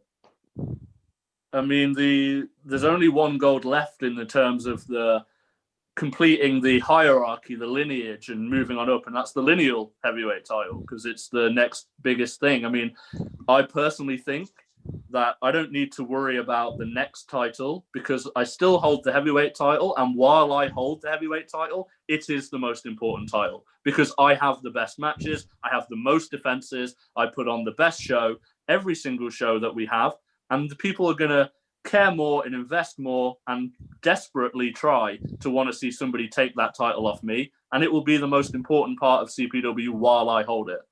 After I hold it, which will be a very long time from now, the only things left will be maybe that lineal heavyweight title. Wow. Okay. Mr. We'll go back to the Hillbillies then. Yeah, I was just going to say that because I've got a question from Mr. Connors that's come from Contra Pro Wrestling while we're talking about the Hillbillies. And Contra Pro Wrestling wants to know, how hard was it to leave the Hillbillies behind? Yeah, so the Hillbillies weren't just family, they were friends, and they'd been friends before we came in. There were people that I'd, worked with. I worked still with a lot of them now in my other pursuits and my other experiences, and it was tough to realize that not everyone is going to always want to have that same drive, and it was tough to start working with new up-and-comers who I didn't know personally. The coalition now is made up of people who I didn't know before wrestling. In fact, we had the Deep South before that, who was made up of people I didn't know before wrestling, and they're people who I brought up and brought along. To wrestle with your friends around you is comforting, but it was more exciting to see the whole show progress. It was more exciting to see everybody else's game raised the more they were mentored by me and the more they worked with me. So it wasn't difficult at the end, because if people weren't going to keep up, then I didn't want to have them around anymore anyway. Right. So, like we said, Alex, we're going to... there's people who are trying to bring you too far forward in your career right now and trying to talk about things which we will get to. Like we say with the Hillbillies, we've always said they're a Hall of Fame tag team. They're a Hall of Fame tag team for a reason, for what you did. Now, I mean, unfortunately, you did lose them tag team titles to Joy and West at the Xmas Bash, 2017. Yeah, now, I'll get back to that. So, what do you remember about that match? I remember that match very clearly. It's probably one of the most clear memories I have because that venue was fantastic, and I remember Fifi and Tombi had a match before that was one of the most violent and brutal matches I'd seen. And I wanted to make sure we went out and had an even better match because their match had thumbtacks. It was a stretcher match. It was brutal. And it was very tough to see that match and think, well, I'm still going to have the best match of the night. And I'm going to also retain these titles, which obviously we didn't do. But the crowd was probably the most electric I'd heard them up till that point. And since then, there's been even bigger moments, but that was the first time I felt like absolutely had everything in the palm of my hands as the crowd went absolutely wild, thinking that Justin and Craig were going to take those belts from us. And unfortunately, they were right. Yes, I mean, I did. I mean, that was a fantastic tag team match, I must say. Now, how did you prepare for that match? Obviously, going into that match after seeing the match before, like obviously you probably would have had a plan for your match already, but then you obviously seen what's happened. Did you have to change your plan, or did you have to consider what you needed to do to go out there and obviously impress everyone else? Yeah, I think me and Eli realized that we can't possibly live up to a level of brutality that had just been put on. But our game plan was to maybe try and keep the match grounded and keep it a lot more basic. And we didn't really go out there trying to entertain the fans. We went out there thinking we would shut down these high flyers. But because they kept getting more and more into it, more and more offense, Craig and Justin were both fantastic high flyers at the time. They kept upping the speed and tempo. And it meant that we had a match that was totally different to the match we'd just seen. Instead of brutality, there was these two contrasting styles, a ground and pound tough team and a high flying athletic team. And that's sometimes this clash of styles that you need for the crowd to really love a match. And unfortunately, it was the opposite style that we needed because we couldn't keep them down for the whole time. Well, sorry, mate. Go on, mate. West and Joy were a great team. I remember when me and Mafia faced them for those titles, and they were. You look around one way and they're there. Then 2 seconds later, they're fucking behind you, kicking you in the head. They were an absolutely brilliant team. Yeah, and I remember that match that you had, and it was a great match. So I try to watch as many matches as I can from backstage, but that one, like now, looking back and trying to think about tag matches that I love, like trying to improve my tag team game. That is one of the matches that I look at, I'll be honest. Yeah, I know what you're saying, Lee. I mean, but so let's get into 2018 then, shall we, Mr. Connors? Now, start 2018, you had a bit of a run with a guy, Mr. Danny O'Neill. Was a bit of fall in your side in the start of 2018. So, what would you remember about the matches you had with Danny? Yeah, I've written down a list of the best rivals I've had at CPW, and Danny O'Neill was the number one name on the list because it's probably the first time that we just went back and forth, trading victories and trading bigger and longer matches. And to be honest, it's not a feud that I'm thrilled about because it didn't end in the classic massive blow-off that I'd have wanted it to end in. But it started being really one of the things that got me hooked on not just being able to go out there and have one good performance, but having several good performances, even if it's against the same opponent, and making sure that you show different stuff each time. Because if you go out there and you do the same stuff, not only is it boring to watch, but the opponent's going to learn and they're going to counter it pretty quickly.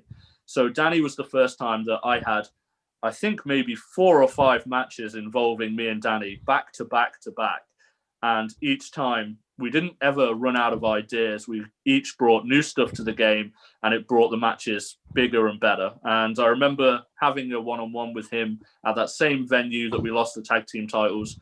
And it was one of the most exciting matches that I'd had up to that point. But I remember just being proud that we'd managed to create new and exciting moves for each other. But at the same time, the crowd, they still thought that this match was something fresh and exciting and not just the same that we'd seen every time. Unfortunately, Danny O'Neill and myself didn't finish the feud the way I'd have liked, because it ended up going not to a one-on-one climax because the Hillbillies kept getting involved. And what the crowd wanted to see was Eli betray me. That's what they wanted to see through and through. And at the time, they weren't going to get what they wanted. Right. Oh, So, see, so, you're- so, this sorry, is- before I carry on, Aaron, is there anything on the Hillbillies that the CPW Galaxy want to know?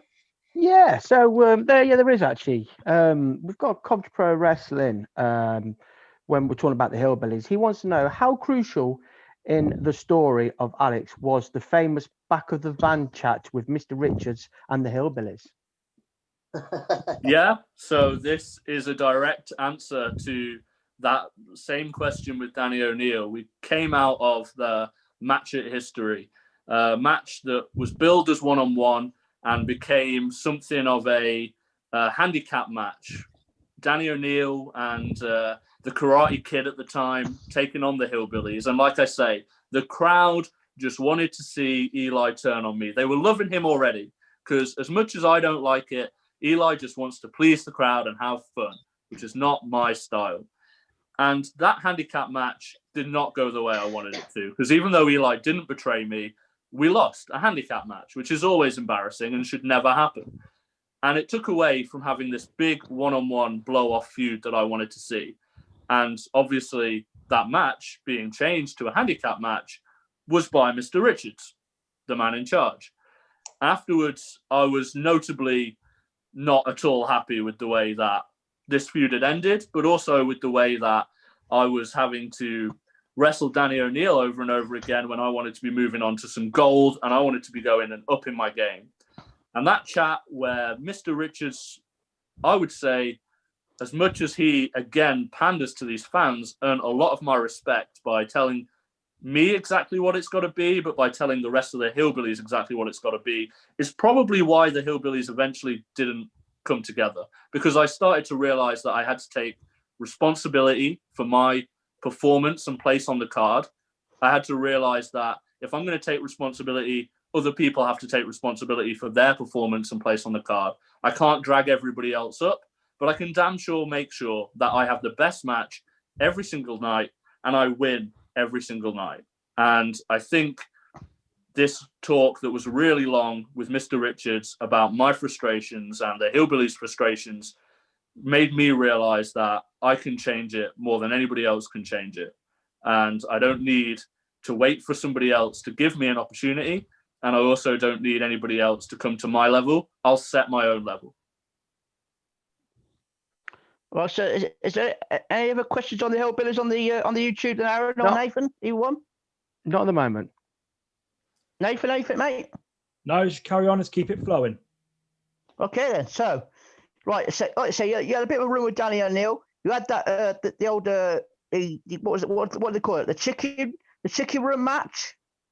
You remember that with Danny? Yes. I mean, obviously, Yeah, we had a few singles matches, we had a few tag matches, we had the chicken run match, which was a gauntlet style match, and then we ended it with the handicap match. So there was a lot of different stuff there, and it was the first time ever that I'd had to start using, a bit more hardcore activity in terms of weapons and chairs being involved in matches, which is something I hadn't seen in my 9 years before I wrestled Danny O'Neill.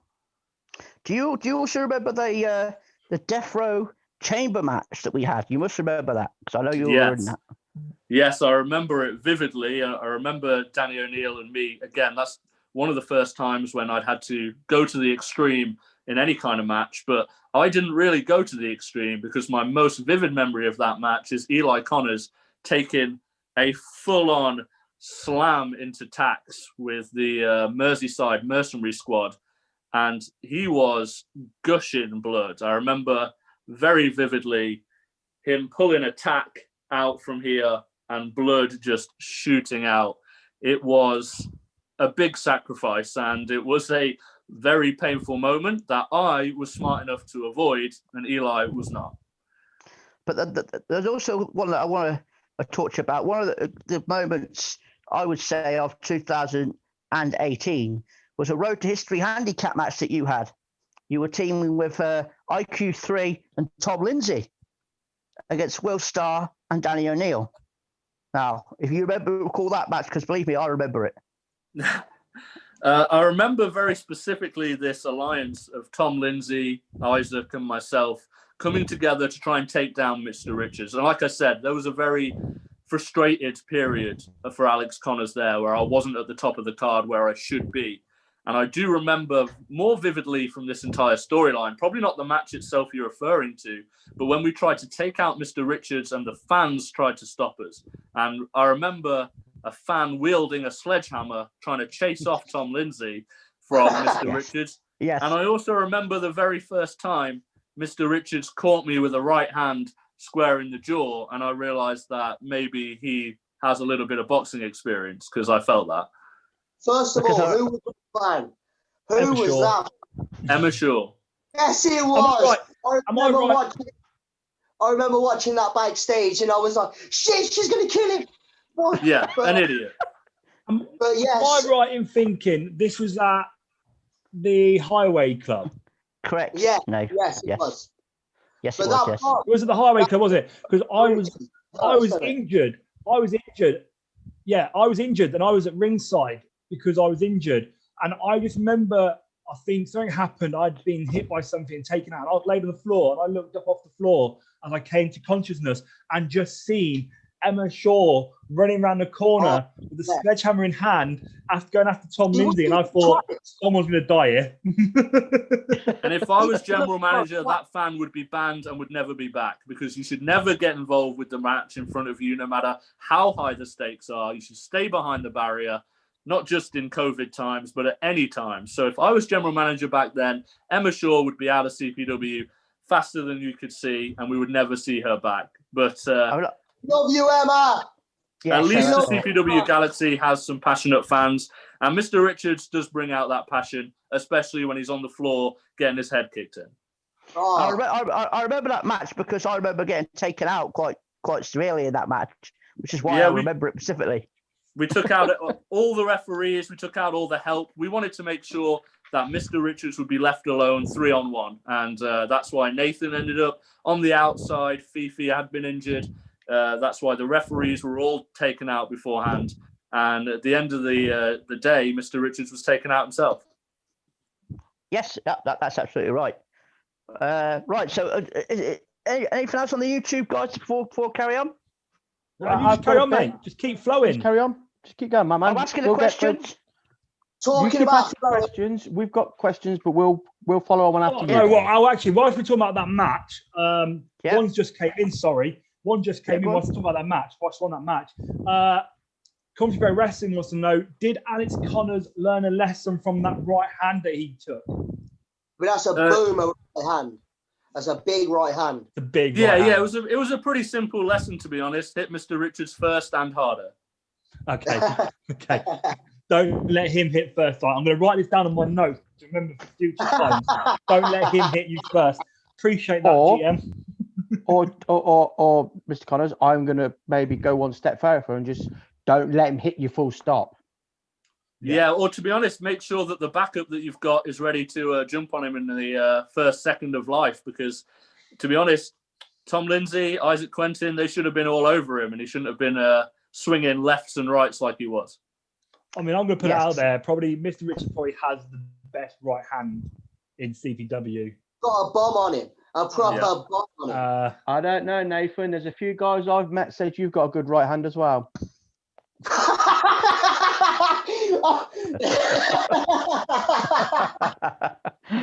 Dale, back to you. Carry on now. Let's move going. Right. So I got off that. You've blown off the Danny O'Neill rivalry, then Alex, and Summerfest 2018, you have a fatal four-way for the Next Gen Championship. Your first singles title. Yeah. What do you remember about that match? Yeah, my first singles title is still very vivid in my memory. It was Isaac Quentin. He'd never been pinned. He'd never, I think, never really lost apart from walking out on a tag match.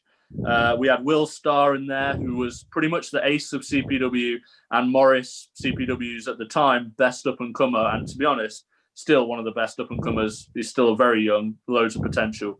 So for me, it was a chance to maybe use a bit of that intelligence that we just learned and to win that match by not having to pin the champion, but by taking out the weak link. And taking out the weak link while your back was turned, Mr. Richardson.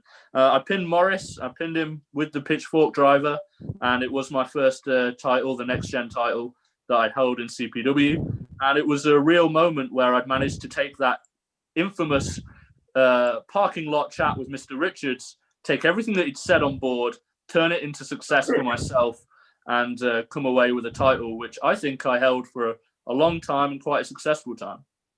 Well, we'll get on to that. I mean, your next match after that, defense of that title was actually against Fifi and IQ3 at the Get the Strap show. Do you remember that match? Yes, I remember Fifi tapping out, which was good. I'd start using a Cobra Clutch, and I'd still bust it out today. It was something where I realized that these multi-person matches were an opportunity not only for us to see new and exciting combinations and new and exciting moves, but for me to maybe not have to face a wrestler like Fifi one-on-one, and instead sneak up behind him, hit him with a backbreaker, put him in the Cobra Clutch, and use my opponents to distract each other to get a nice, easy win. I heard it wasn't a tap out, it was just a twitch.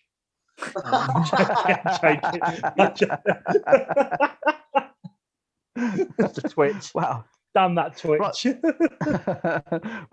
Like I say, yeah, you had a quite successful run. You went into, we say, Portrayal in October of that year. You had a 6-man tag team match. You were teaming with the Merseyside Mercenary Squad against George Lydon, Jake Casanova, and Will Starr. And I think that must have been a cracking match. So what was that match? Do you remember that match at all? I do remember that match. It started with a game of musical chairs, so it was an unusual match. It was an unusual match for sure, and this really, I think, and I might cover a few points off here that you had lined up, Dale, but more importantly, it was a very exciting match to be in the ring with Merseyside, who are incredible wrestlers, who are absolutely setting the bar in terms of independent British wrestlers. And it was a really exciting match to have all that talent in one place. But also, the second name on my list of big CPW rivals would have to be George, who at the time had been in CPW. He wasn't really showing his personality. He was a high-flying kid. He was a fun kid to wrestle, but he wasn't showing his personality. He wasn't getting a lot of success, and he wasn't showing a mean streak. And I wrestled George maybe 3 or 4 times after this match, and each one got more and more intense. And the crowd finally realized that George Lydon meant business, and he wasn't just a generic high-flying kid. He was someone who had some grit and determination. And I felt like this was a time when I'd proven myself against a CPW veteran in Danny O'Neill, and now somebody else was proving themselves against a CPW staple in me for the first time. Well, yeah, that's absolutely right. Like you say, you had 3 or 4 matches with George, which of course. Sorry, Dan, I wanted to go on to a point there. Obviously, we mentioned the musical chair things. Obviously, we all know there's been some crazy stuff to take place at CPW, and obviously, starting your match with musical chairs is one of them. We know from speaking to the individual that a certain person in that match, Will Starr, was not a happy person when it came to the musical chairs. What about you, though, personally? What did your take on it? Was you happy about that happening, or was you like, this is stupid, this is not what I signed up for, etc., etc.? I love that wrestling has a place for everything at every time. It's just doing it at the right time. And it was a bit of a silly way for the match to start. But if Mr. Casanova and Mr. Evans were both in a rivalry over musical chairs, I was willing to do whatever those two felt was going to be an exciting way to prove we were better than the other team. To the end of the day, I really just wanted to lock up with George Lydon again. I was very excited to get back in the ring with him. We'd been already started a little bit of a rivalry that would go on to escalate. I wouldn't think it would be a good place to start every match, and it doesn't really prove a lot. But if Mr. Evans and Mr. Casanova say it's good, then it must be good. That is a question. Who did win musical chairs? Who won it? Musical chairs was lost by myself and Merseyside pretty immediately. So I believe Jake and George were really about to win musical chairs before they found out that this was a wrestling match while they were looking the other way. Okay. I mean, what I thought about, obviously, you mentioned you and George, obviously, Commentary Pro Wrestling has stated that the body of work is amazing or great that's came out of you and George Lydon. So obviously, a lot of respect there for that. Dal, carry on. Obviously, you've gone on to the next match. Yes, like I say, you had a good run with George, specifically at the Express Tidings of 2018, where he actually took the Next Gen Championship from you. Yes, in a no DQ match where I bent a baking tray over his head, a baking tray which I kept and still have upstairs to remember. And it was good to see somebody have to up their game to take a title off me. I didn't lose my belt to a newcomer or someone who just had their first shot at me. George took 3 or 4 attempts to earn that belt. I beat him many times, and he beat me in a match non-title to earn the shot. He upped his game. And then in a no DQ match where I thought that I would definitely have the advantage, George managed to bring grit and determination that I'd never seen from him before. So there was a level of pride that he'd had to up his game to take that title away from me. But at the end of the day, George didn't win that title by being better. It was finally the time where Eli turned his back on me. And Eli ran down to that ring. Everyone thought he was going to help me win that belt. And instead, he taped me up and hit me with a move while George co-breakered me from the top with a bucket over my head. So it did take 2 rather than just 1 to finally get that title out of my hands.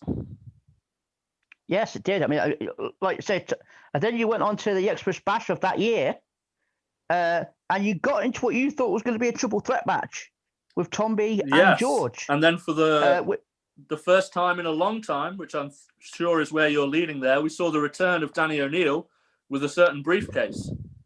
And that is correct. This is a real culmination match for me because it's probably not actually one of my favorites. It's not actually one of the best matches I've been involved in. But for me, it was a match where everything came together because I'd wrestled George for several months. And I'm about to wrestle Tomby for several months after this. Danny O'Neill comes back, my first rival, and I see 3 of my biggest rivals of all time in the ring at once. And just that they were all there and they were all really a culmination point of the journey of Alex Connors so far in one ring. Now, throwing somebody in at the last second, it threw everybody's game off, and not everybody brought their A game. And it did mean that some people could steal the win or, maybe George was lucky is what I'm saying. But it was pretty incredible to see those 3 big rivals at the same time. Yeah, well, I mean, obviously, unfortunately, you weren't successful in match, and Tomby managed to take the Next Gen Championship. So of course you weren't finished there. Going into 2019, I'm sure your objective was to get that championship back from Tomby. Yeah, so the third person in my big rivals list, I wrote Danny O'Neill first, I wrote George Lydon second, and third was Tomby. And that's chronologically, not that any of them were any bigger or lesser than the others. But Tomby is freakishly strong. He is scary to be in the ring with, and he brings a level of violence and carnage which I had never experienced before in my wrestling career. And this took me to, and I'm sure you've got them written down there, Dale, but we had matches where I hung Tomby over the top rope. We had matches where I set Tomby on fire, and he would come back through thick and thin to be really the scariest opposition you can ever face in the ring. And I had to up my game to not just be a great wrestler, which I had done before. I think I'd been a great in-ring wrestler up to that point, but to be able to be a great brawler, fighter, hardcore deathmatch style that is not a style I'm used to or that I'd ever experienced before I got in the ring with Tombi. Yeah, well, absolutely. Like you said, you had some matches with Tombi. You had one on the free show in January that year, and you also had one at Warfare, a 3-on-1 handicap match against Tombi. Where no one of your groups that you brought in the Deep South. And I think the Deep South is probably the group that most people will remember the least well compared to the Coalition or the Hillbillies. The Deep South, it still had Eli there because he'd managed to push through from the Hillbillies. But we had John Eastwood, and we also had Harley Harris, an absolutely underrated wrestler from the women's division. And the Deep South managed to do quite a few things that the Hillbillies didn't. They were all really capable in-ring performers. And the teamwork as a triple team that John Eastwood, Eli, and myself managed to do. There's some few great moves that we managed to pull off between the three of us. A fantastic double stomp 3D combo that I don't think anyone's ever seen before.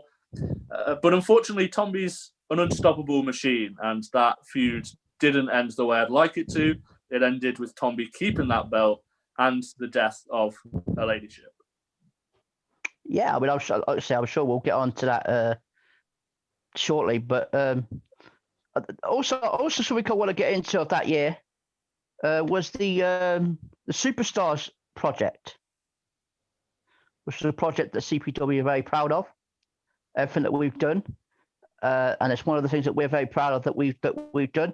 The Superstars project of that year, you had a match with Oddball.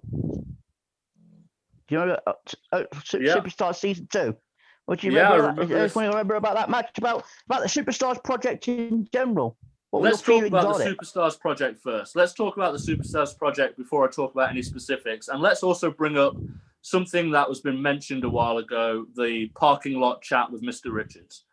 From that moment onwards, whether or not he's supporting the crowd in a way that I never would, whether or not he's wrestling in a way that I never would, from that parking lot chat, I respect Mr. Richards' ideas, and I at least think that he's got a brain for wrestling. He's got a brain to bring these cult-like idiots that the CPW Galaxy are to a great show every single week, if that's what we put on. And so I thought the Superstars project was an insane idea. Absolutely insane, because wrestling is one of the hardest sports in the world. It's one of the most difficult things to do with so many different skill sets involved. You're not just an athlete, you are everything from an entertainer to somebody who can go out and perform comedy like a musical chairs and the drama that wrestling brings. So I think trying to teach somebody that in 10 weeks is something that I never thought would work. But I thought, if Mr. Richards is saying it's going to work, I'll try it.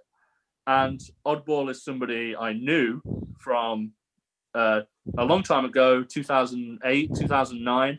And I knew that he'd been to a wrestling school before, but he just couldn't get into it because of his commitments. So I wanted to see him give it a proper go for the first time, but I didn't want him to just have an easy ride. I wanted to have a trial by fire and to face one of CPW's best in his very first match. And again, Mr. Richards isn't always right, but this time he was, because it was a fantastic match. The crowd at a Superstar show is some of the most intense and compelling crowds we ever see, and they get really behind these people who've done something amazing in 8 to 10 weeks. So you're talking about the Superstars project, and obviously the in-depth training has to go into that, obviously, because like you say, it's something to learn in 10 weeks. Now, we've got a question here from one of our current Superstar project people, Shannon, the Cannon. She wants to know, what advice would you personally give then to one of the young trainees doing the Superstars project who's up and coming? So the thing that I would advise the most, if you're doing Superstars, is that during the hours that you're at Superstars, you can learn wrestling. During all the other hours of the day, you can learn a whole lot of other skills that will help with wrestling. Fitness, performance, being confident, standing in front of a mirror, practicing speaking, practicing talking into a microphone, practicing what you're going to say, what you're going to do, how you react to moves. None of this stuff needs to be done in ring. So you can practice 24/7. And if you've only got 10 weeks, you should practice as much as possible. I know even an expert, even someone who's wrestled for many years, even somebody who's experienced. I know loads of people who aren't just practicing when they're in the ring, they're practicing at home because there's loads of other parts to wrestling that aren't taking a bump or getting hit. Now, when it comes to getting hit, keep that at home, just like the video tells you. Don't try that at home. But there's everything else that you could be practicing. Thinking about what gear you're going to wear, thinking about what moves you want to do, thinking about how you're going to react, how the crowd's going to be, what you're going to say. You could do that 24/7. And if you've only got 10 weeks, you absolutely should be doing that 24/7. You should live, breathe, watch nothing but wrestling. That's No, I mean, great advice. Great Sorry, advice, Nate. yeah. Sorry, go on. Nate, that's a brilliant answer. But I honestly, like, as somebody who, during my injury, I was at home just thinking about wrestling, thinking about new shit I could do, new stuff I could do, new ways I could put my character there. And if you don't mind, Lee, we'll go on a little tour if you guys don't mind, and I'll take you around. Whilst you're moving Rudes onto the tour, obviously you say the Superstars project. Obviously, if it wasn't for the Superstars project, you would never have had your campaign manager, Charlie. Yes, Charlie is one of the absolute best of the Superstars project, but I will talk more about Charlie in a second. I've taken you on a little tour to a room in my house where I do all my studying, the wrestling room specifically. And this is just going to be a quick glance at everything that I watch, not just because I enjoy it, but because I want to learn and pick up. And I'm a bit of a nut when it comes to wrestling DVDs. Wow. Whole room. That's amazing. This whole room is covered in them. This is a room of my house where I'll study non-stop. If I've got a match coming up and I know that I need something new to take out a new opponent, I'll be in this room 24/7, just watching. Alex, I thought, you were just going for a poo, but you just showed me Nirvana. You just showed me Nirvana. That is a wrestling room, man. I love that room. Well, we'll do. That room has over 2,500 DVDs in it, 2,500 wrestling events, and it has all my gear in it. And it's where I prep for all my matches, and I like to lay out my gear, have a little bit of a ritual, and it's where I do my studying. And I've been wrestling for a little while, but I'll still study all of that, especially when I know that I need something new. Wow. I must admit, that room is amazing. I think what we'll do is probably carry on with all the wrestling and all the conversations, and we'll come back to that room later on tonight in the podcast, because now you've shown it, we need to talk about it. Absolutely. Definitely. While we're talking about Oddball, he is actually online. So Oddball is online. He wants to know, Mr. Connors, who is the best chauffeur? That's an important and respected role in the world of wrestling, is the chauffeur. There's a big category out there. It's got to be good music taste, quick to the shows, arrive on time, entertaining conversation. And obviously, as Oddball's asked, and he clearly would love for me to say how great he is, and he really is great, I'm going to have to say Kevin Ashburn.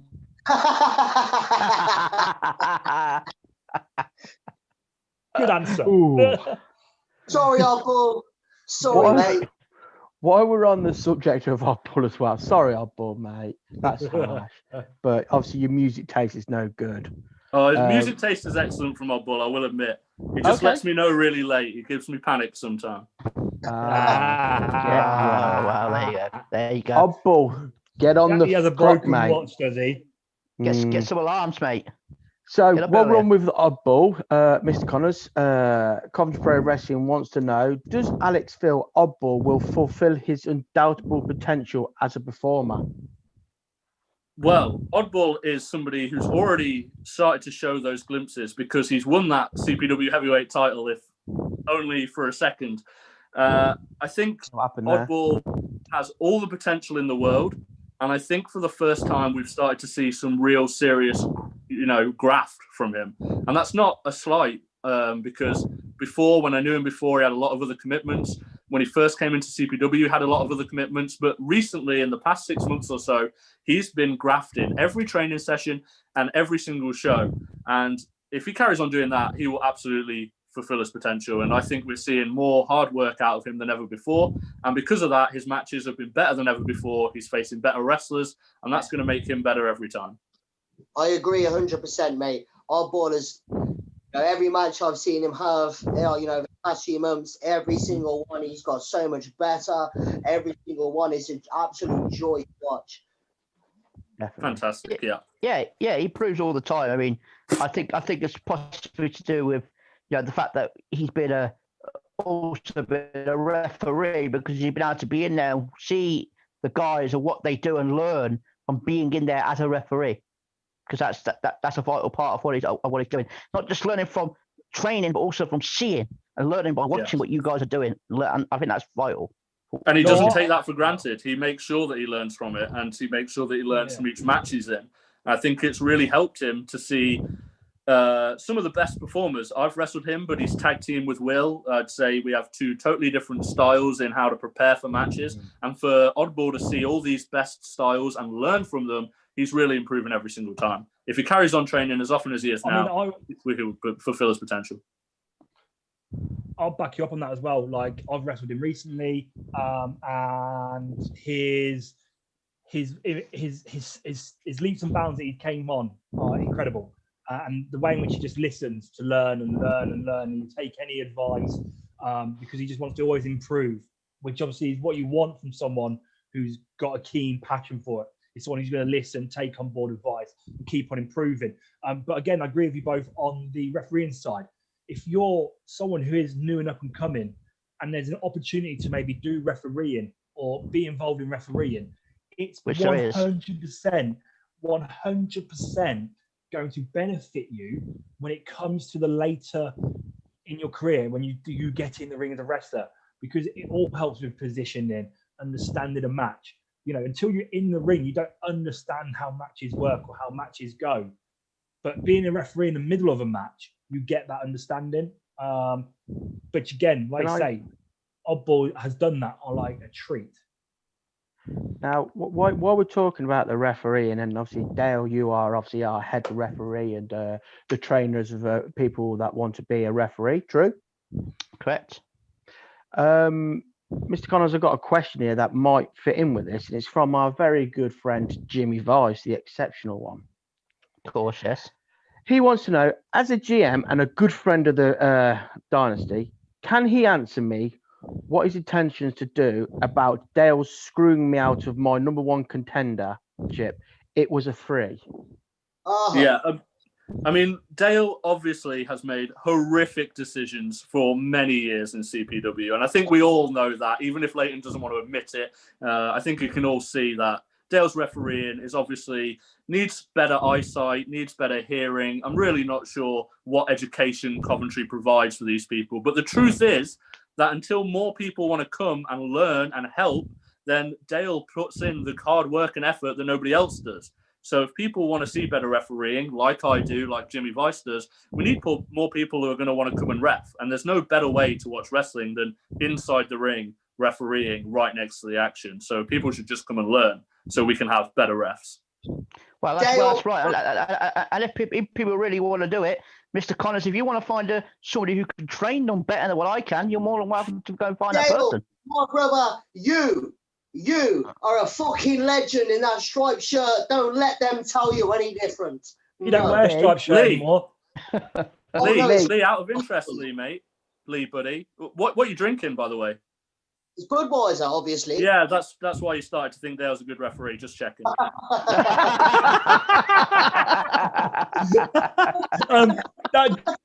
Dale, ignore the haters. You'll always be number one. I've never had an issue with you personally. I don't think. Maybe I have. I don't know. Oh, it's creeping in. It's creeping in. Oh, there we go. Thinking about it. But yeah, no. Like you say, the refereeing side of things is very vital and important. Obviously, we're on about Oddball. Obviously, CPW's mentioned another thing that he does, which a lot of up-and-comers should benefit from doing as well, is he studies people backstage, before the show, listening to what people are doing. One person, I think, Comedy Pro Wrestling have noticed that he does a study, especially he seems to study Tomby a lot, and obviously has a lot of conversations with Tomby to learn. Who's not a bad person to learn from at all, and to get insight of. But that's something as well, Connors. Would you say you would believe in doing, which is getting in those conversations backstage and watching people backstage and stuff? Yeah, I mean, it's unfortunate because it's almost impossible to do at the moment, thanks to the COVID situation. Most matches are segregated off in rooms, and they're never going to see each other. But when you do get a chance to have a locker room that can be full again and that we can actually have shows and crowds again, it would be really important for anyone to watch how different people prepare for their matches. And that's one of the reasons why Oddball has escalated so quickly, because he's managed to watch different people prepare in different styles. The one thing that I do think wrestling suffers from more than anything is people telling you that their style is the correct style rather than just being their style. And what Oddball's managed to do, what everyone should do, is listen to as many as possible, but don't take any of them as fact. Just use what's best for you, what suits you. Some people plan everything. They're really rigid. Some people don't plan anything. Some people come up with loads of new moves. Some people stick to the same moves every match. I think you shouldn't accept anybody as being the gospel, but you should see as many examples as you possibly can and then use what works for you. I completely back on that one. Sorry, Nathan, mate. Go on. So I was just going to say, I agree with that one, because it's something that I teach, that there's not necessarily a right or wrong.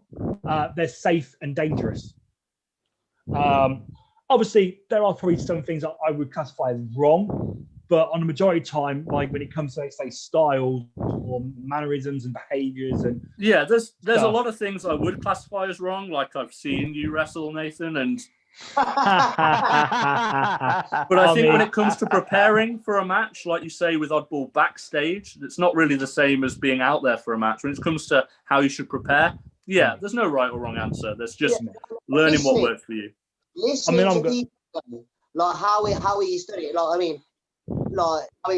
Listening, being backstage and being able to listen to somebody like Dan Evans or Lewis, plan their matches. I have learned so much from them.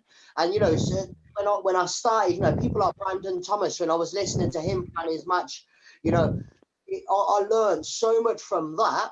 Then, 100%, everybody should be, when they can, like you say, like, you're earwigging on conversations when people... One of the things that makes CPW so good is that there's every single style there in one place. A lot of people think that I'm quite a visionary. I have a lot of things planned. I want to see a lot of things in the exact right place. I plan a lot of my moves. I want to make sure that I'm really breaking down the opposition's weaknesses. Whereas other people I see, like Will, who are so free-flowing, who can bust out anything at any time, and he goes into a match able to prepare for any situation because he just rolls with the punches. And I think if you're backstage and you can see all these different styles in one plate, you can really figure out where you're going to want to sit. Then, like you were saying about other people thinking their styles are the best of thing, and then there's my style, which is the best. But I'll move on from that. I'm joking. I agree with what I'm saying. I agree with what's saying there. I mean, I talk and watch three people within CPW. Obviously, Nathan is one of them. Me and Nathan are very good mates. Some people think we're twin brothers, but we're not.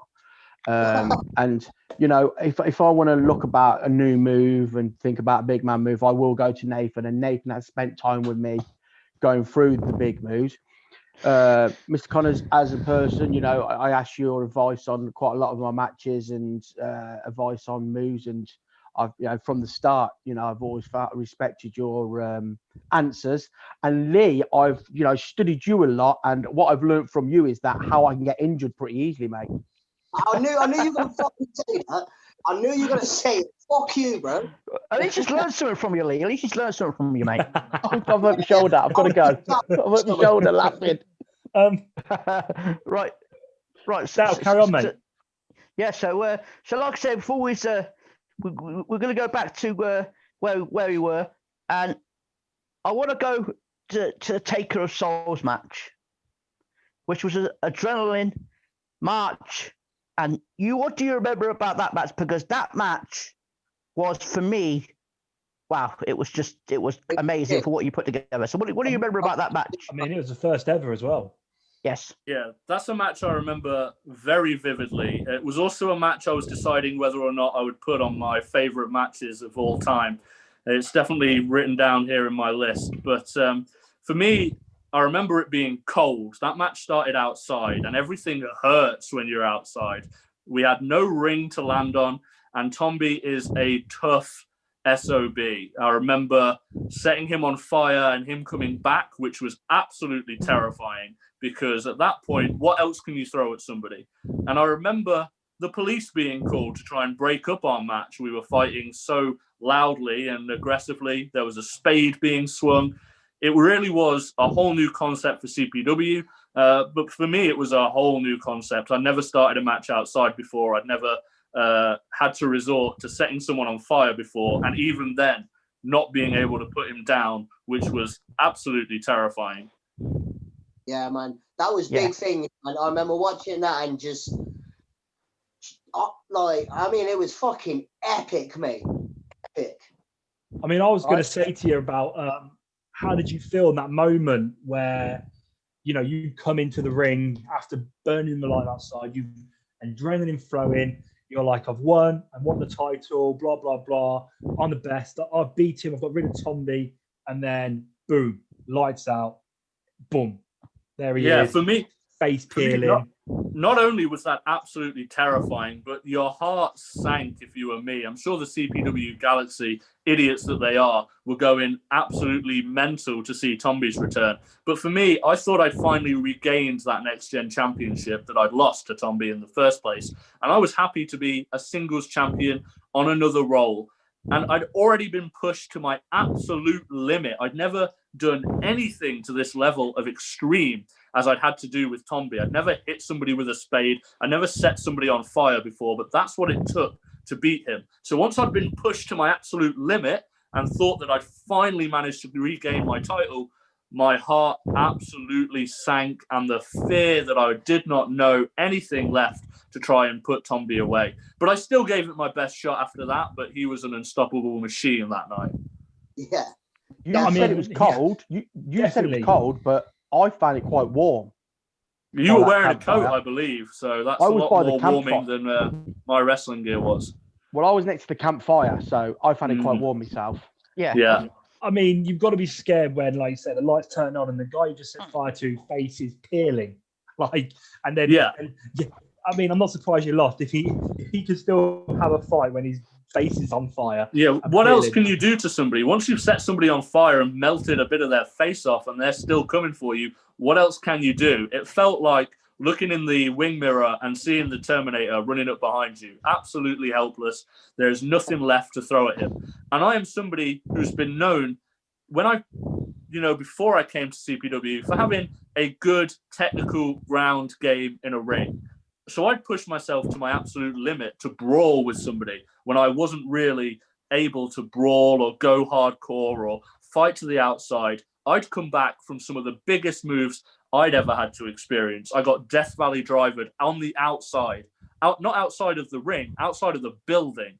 That was one of the most painful experiences. And I thought I'd managed to overcome the odds to finally regain my belt. But actually, Tomby had managed to overcome the odds to make it back to the ring with half his face peeling off. At that point, you just feel your heart sink because you know that you're not going to stop this man no matter what you do to him. Well, until recently, we've actually found out how to stop him because he's gone. But until at that time, no, nothing seemed like he could ever stop Tomby. But no, you gave your best shot. We'll have to give you that. You did give your best shot. You set a man on fire. So, that's big team. That's big team. You can't do a lot more than that. Yeah, you really can't. Once you've set a dude on fire and he's still coming for you, then he's on a roll. Yeah, you can't fuck him up.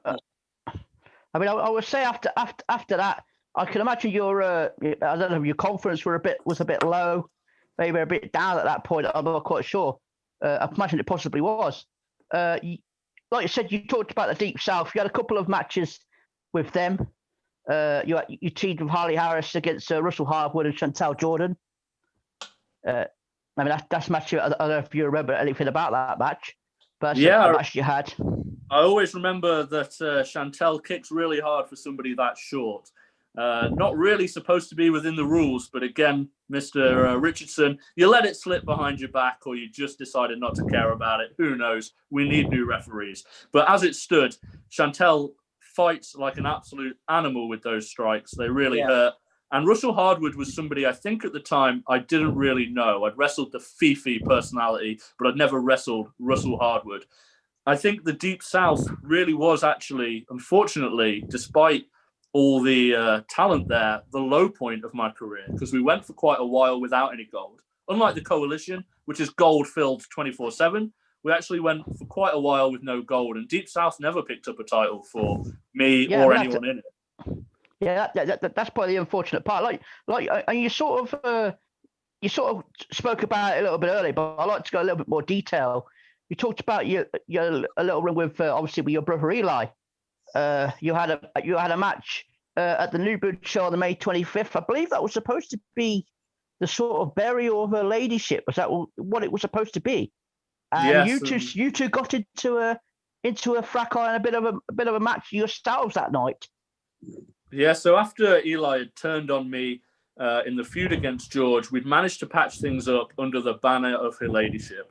And Tomby had really put an end to that banner by ending her ladyship, like the brute that he is.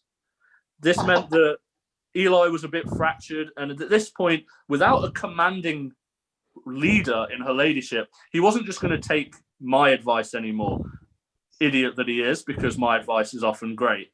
He decided he was going to start listening to people like Lee, people like Mr. Richards, and he was going to start pleasing the Coventry fan base and putting his body on the line for the sake of the CPW Galaxy, which is just not worth it, not for those drunkards.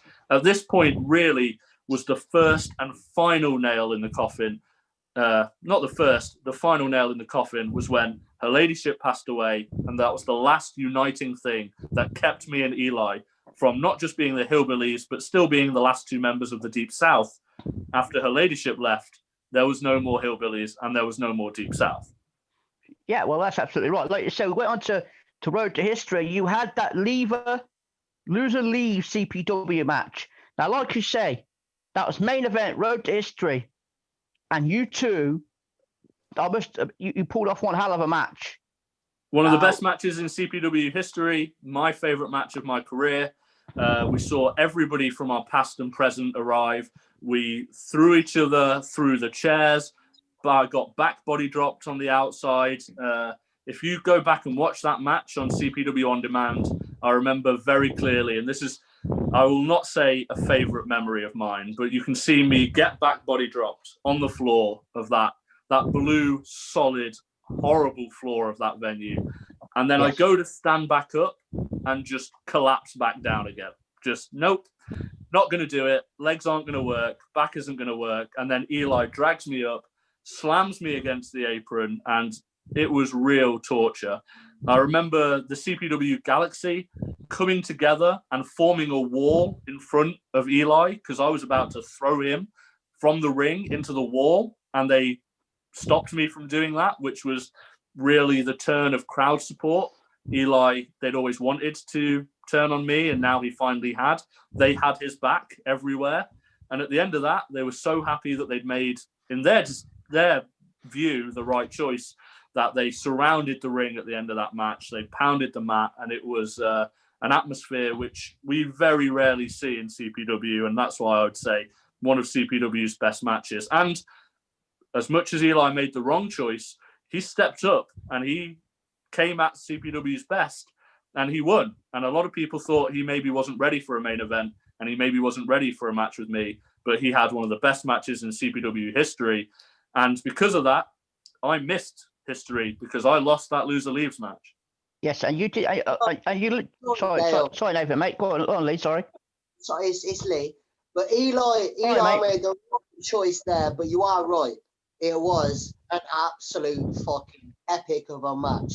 It was something great to see, but Eli made the right choice.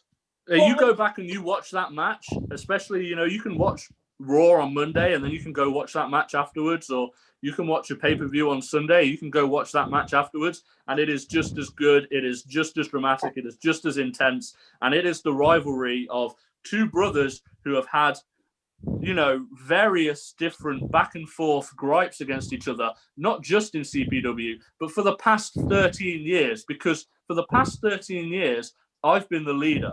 I've been the person who goes and gets singles gold in CPW, who goes and starts wrestling across the UK, who goes and wrestles down in Norwich, who goes and wrestles in America. And Eli, who started training with me, who's my brother, who's learned to wrestle exactly the same as me, we debuted on the same show, he doesn't get those opportunities because he's always in my shadow until that night where he finally became Eli Connors and not just my brother. Yes. I mean, talking about that match, and I say the rivalry came to an end and it was an epic match. But I think also, like you say, with Eli, it's the first time we saw a glimpse of the Eli we've got today. And obviously the development started from there. You know, the passion and the progression moved on from that match, which was amazing. And like I say, one of the best matches probably ever in CPW. You know, just like the Taker of Souls match will go down in history as a match. Talking about Taker of Souls match, it will be the match that will be showed on here after the Talking Madness episode has finished. Wait, and that's on tonight. Yeah, That's on tonight. So I'm watching that motherfucker, yes. People who have never seen it will be able to see that tonight. Also, the man himself who is involved in that Taker of Souls match is actually joined us now on YouTube. Tommy! Yes, Tommy! Via He- a Ouija board. He has commented saying, I can't believe Connors actually set me on fire, considering that he didn't know how to use a lighter properly. Look, And- Nathan, if you want to be a future presidential candidate like I was and was robbed at this most recent presidential race, you'll know that having a history of drugs will never look good. So I have never needed to use a lighter like most of the CPW crowd. Oh, Wow, there you go. Talking Clean about, living is what gets you to the top of CPW. It's what gets you to the top of the presidential candidate race. and obviously we just talked about the amazing match you had with you and your brother Eli. Yeah, and I will just comment actually on what you've just said, Nathan, which is that was the first time we'd seen a hardworking or even a fun-loving Eli. And actually, I'd seen that for a long time, but I'd actually stamped down on that fun-loving way because that's not what I wanted to see in the Hillbillies. Eli had always loved the crowd. He'd always loved CPW. He's always had his heart and soul in CPW, even when I actually was having frustrations, even when I was telling him that we were just there to win and we didn't want to please this audience. He'd always loved them, but unfortunately, he wasn't the mouthpiece of the Hillbillies. I was. So it was the first time the crowd got to see it, but it wasn't the first time I'd seen it. No, obviously, Yeah, because your brother, you've seen him for longer. sorry, Nate. Sorry, but now my brother, Eli, is still that fun-loving. He is still that amazing guy. But the mouthpiece is to drink moonshine while I'm drinking my Budweiser. That's where it's at, mate. Eli is a legend, and I love you, my brother. Talking about Eli, he has also commented on this match that you just discussed being your favourite match. And Right. he's put it's his favourite match ever as well. You beat the hell out of each other. You both came out the other side better. And it's the first time he saw the crowd believe in him and he can never thank them enough. You know, so if it goes off with what you're saying as well. Yeah, that's definitely true. The Galaxy is the reason that he managed to come through and beat me at the end because they rallied behind him. They gave him all the support in the world. They stood in between him and the solid concrete wall and refused to move when I was trying to slam him against it, which is something you would never see anywhere because the crowd, number one, they come for entertainment, but they care more about themselves than they do the wrestlers. They don't care if we get hurt. They want to see us get hurt because they're sick, wrong, horrible people. But at this point in CPW in Coventry, they made an absolute wall in front of me and they refused to let me put an end to Eli Connors. And then they rallied behind him with all the passion and support and he managed to come out on top. It doesn't always work because crowd passion and support doesn't get you too far if you get knocked out. Yeah. Sorry, Dal. Let's let you carry on. Sorry. No, sorry, Nathan. I'll just enjoy listening to you guys. Right now, okay, you said you'd left CPW at that point because you lost that match. You didn't come back until September of that year. But obviously, if you're going to come back, you're not going to come back in, a light way. You came back in a big way because you were in the CPW Heavyweight Championship match, Fatal 4-Way at CPW versus the World, versus Kieran Young, versus George Lydon, and versus Niall Fairchild. So what do you remember about that match? Yeah, I remember the crowd was very conflicted when I came back because there was an alliance between George and Kieran. Sometimes they were on the side of good, sometimes they were on the side of bad, but they'd been working together. They had tag team titles in their future, and it looked like maybe Niall had been saved by a returning Alex Connors. But as always, I knew that I wanted the CPW Heavyweight Championship. I don't really care what these fans think. Unfortunately, the 4-way is such a chaotic match where anybody can win. It really is a complete free-for-all. And it managed to mean that Niall held on to that belt in what was an exciting match, but wasn't the dream comeback that I was hoping for in match quality or in the result. Oh wow, no, of course it wasn't. Like you say, you did have another match after that with Eli for the Galaxy Championship, which unfortunately you didn't come out on top on that one also. So was that Eli getting quite a little bit of the better you? Was he just a little bit superior to you at that point? What do you think? That was another fantastic match, but what Eli has is the ability to raise his game based on the crowd, and it doesn't always pay off for him. But this match that you're talking about took place in Leicester, Eli's adopted hometown. His family was there. This match started with me getting in his wife's face and telling her that she married the absolute lump of a wrong brother and that she chose the worst decision when she got with Eli. And it fired him up something out of this world. And then all his family beside him managed to make sure that he got over the finish line. If the crowd weren't there, it would have been an easy win for Alex Connors. I remember you saying that to Susan. Mama Susan, the woman, she is a legend. How dare you? But, that he got shown right. He got shown right what happened at the end of that. How dare you speak to Susan like that? And that match culminated in Eli just taking knee to the head after knee to the head, but asking for more because he became invulnerable to the pain when he had his family in the crowd in the adopted hometown of Leicester. Yeah, well, that's absolutely right. He did. Right, so going on after that, again, we talked about the Superstars project. We went on to season 3, and it was 2 nights because we had so many people take part in this project, more than we had before. So we had 2 nights, 2 shows of season 3. Now, the first one, you teamed against Will Starr and the Star Squad. You teamed with Crystal and Emma Cross. So what do you remember about that match? Yeah, I mean, 2 fantastic teammates to be had. And that's really the main thing that I remember from this match.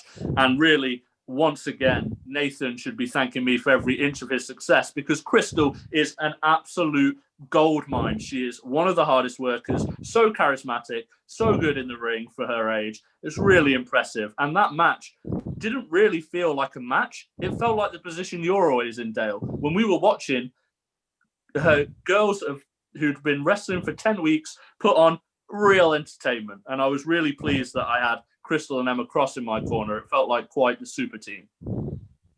Yeah. Well, I mean, so it was an awesome match to see. Like you say, these young girls that put in this week's training, and once they got in there and did it, they just looked natural. Would you say that? They just looked natural. They deserved to be in there.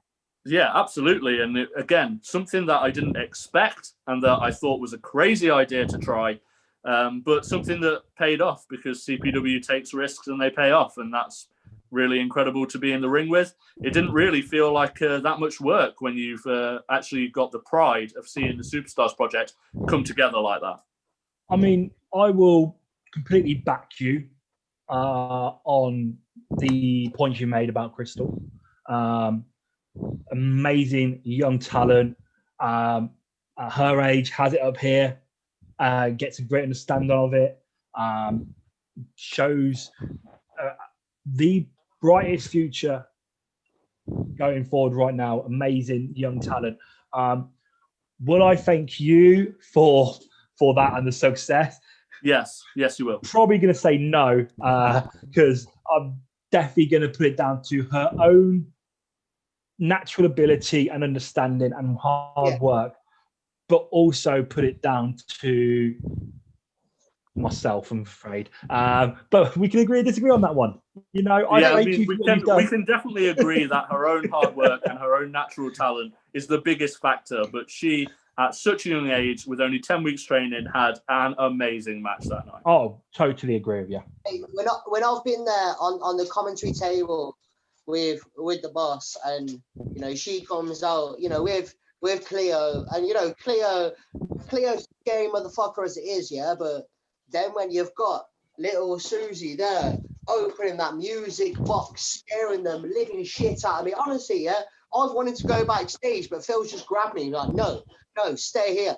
I've had to stay there, but she's amazing, man, and she's scary.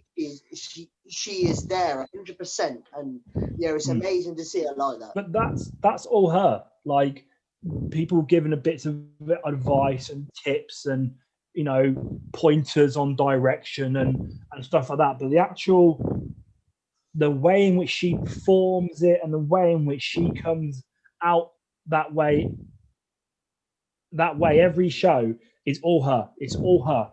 Yeah. You know, that's all her, and that's. And if you keep trying and you keep learning and you keep watching and you keep practicing, Nathan, you'll be that good someday. I appreciate that. I appreciate that. Oh, bless you. Oh, brilliant. If I'm half as good as that one day, I'll be happy. Brilliant. Just keep it up. Thanks. Like I said to you, Alex, we had a night 2 where you stepped to the ring with Ryan Conway. Now, did you remember anything specifically about that match that you had with Ryan? Yeah, I remember that was unlike most CPW matches we'd seen so far, because Ryan was going absolutely hell for leather on trying to get these high-flying, exciting moves in for the CPW crowd. And I think it cost him at the end of the day, because it got countered a few times. His springboards ended up being, countered into big knee strikes and big pitchfork drivers that really meant that he didn't really have the success he'd have wanted from his superstars. But it was good to see he was trying to do something exciting for the CPW crowd. And it's good to see that people in CPW were having all kinds of different matches on one night. For someone from the Superstars project to show that level of athleticism was really cool. But was it a great game plan in terms of a match? Not really. Well, clearly it wasn't. Must not have been. I mean, right. So we'll go into 2020, and the Night of the Lioness. Now, I'd say the 2020 was maybe just. Would you say it was the start of your coalition? Would you say? Yeah. So I think the coalition almost has 2 different forms at this point. So we have the Coalition Mark 1, as I'd like to say, with Rob Conflict and Jackson Staxon. Harley Harris was still there. And then the Coalition Mark 2 with Rage and Charlie, which really is a whole different animal. Oh, absolutely. I mean, again, that's something we will certainly get onto as well, because it's something that we obviously want to talk about. So yeah, going to right at the Lioness, you had a 8-person tag team match. You actually with Rob Conflict and the Iron Serb and Emma Cross again, which are tag team partners, and you faced Mr. Ace, Niall Fairchild, Tom B, and Shorty. So do you remember anything about that match or about that night in particular, the Night of the Lioness?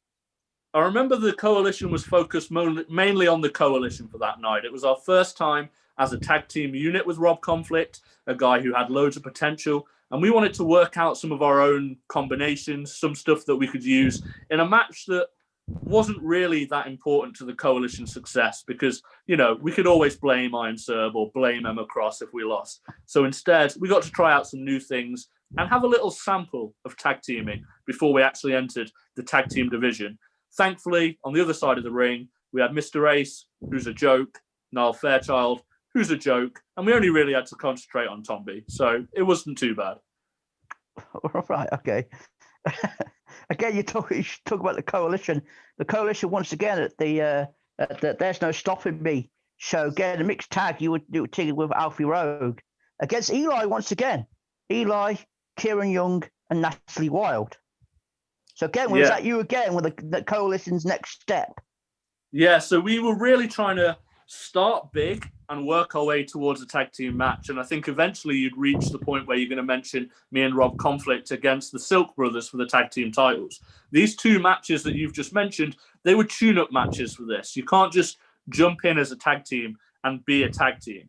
Me and Eli, we won the tag team titles on our very first night together, but we'd known each other for our whole lives. And we teamed together in wrestling for 12 years or 13 years at that point. Whereas me and Rob Conflict had never teamed together. So this 8-man and 6-man tag were tune-up matches to try and get into that tag team division. Yeah, and obviously, again, you mentioned the tag team title match you did have with the Silk Brothers on the Love Me Not show, which unfortunately you didn't come out on top with. But again, is match you want to talk about? Any memories you've got from that match? Yeah, I mean, the memory I have from that match was just the intensity and speed that Will Starr brought to that match. He was on fire, and it's no doubt that myself and Nathan are two CPW greats and have been around CPW having great matches for years and have really been a cornerstone. But that match that night, Will Starr brought intensity and speed and passion, and he really outclassed the field. And it was great that Rob Conflict had an opportunity to try and raise his game to that level, but he was still new and Will was on fire. So it wasn't really the same partnerships. The way you described that, the way you just described it, like, I was just there. Me too. Numbers. Me too. Will was on fire that match. Yeah. Well, yeah. Sometimes you're the best person in the ring, and sometimes you're not. And that night, Will was, unfortunately. No, to be fair, Nathan, you were on fire that night because I remember you telling me you had thrush.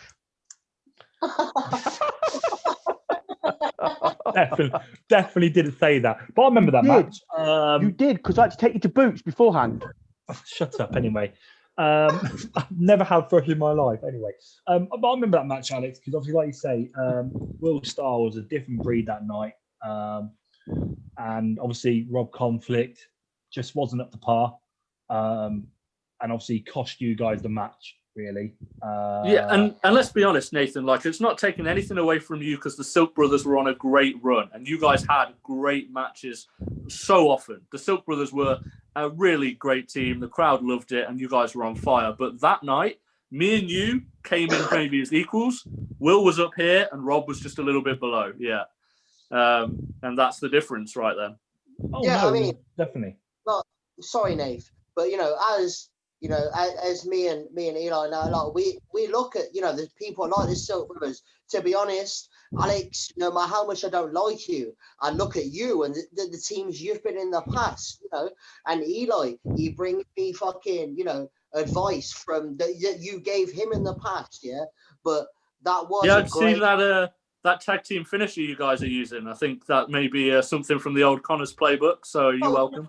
It might be the old catapult into the code breaker. Yeah, I recognise it. I won't deny it to any of the CPW galaxy, to anybody watching. Yeah, that you are one of the greatest wrestlers we've had in CPW, and then you and Eli together were a great tag team, and I have definitely asked him to bring a lot of that stuff that you had there in the Hillbillies. You two guys together were great.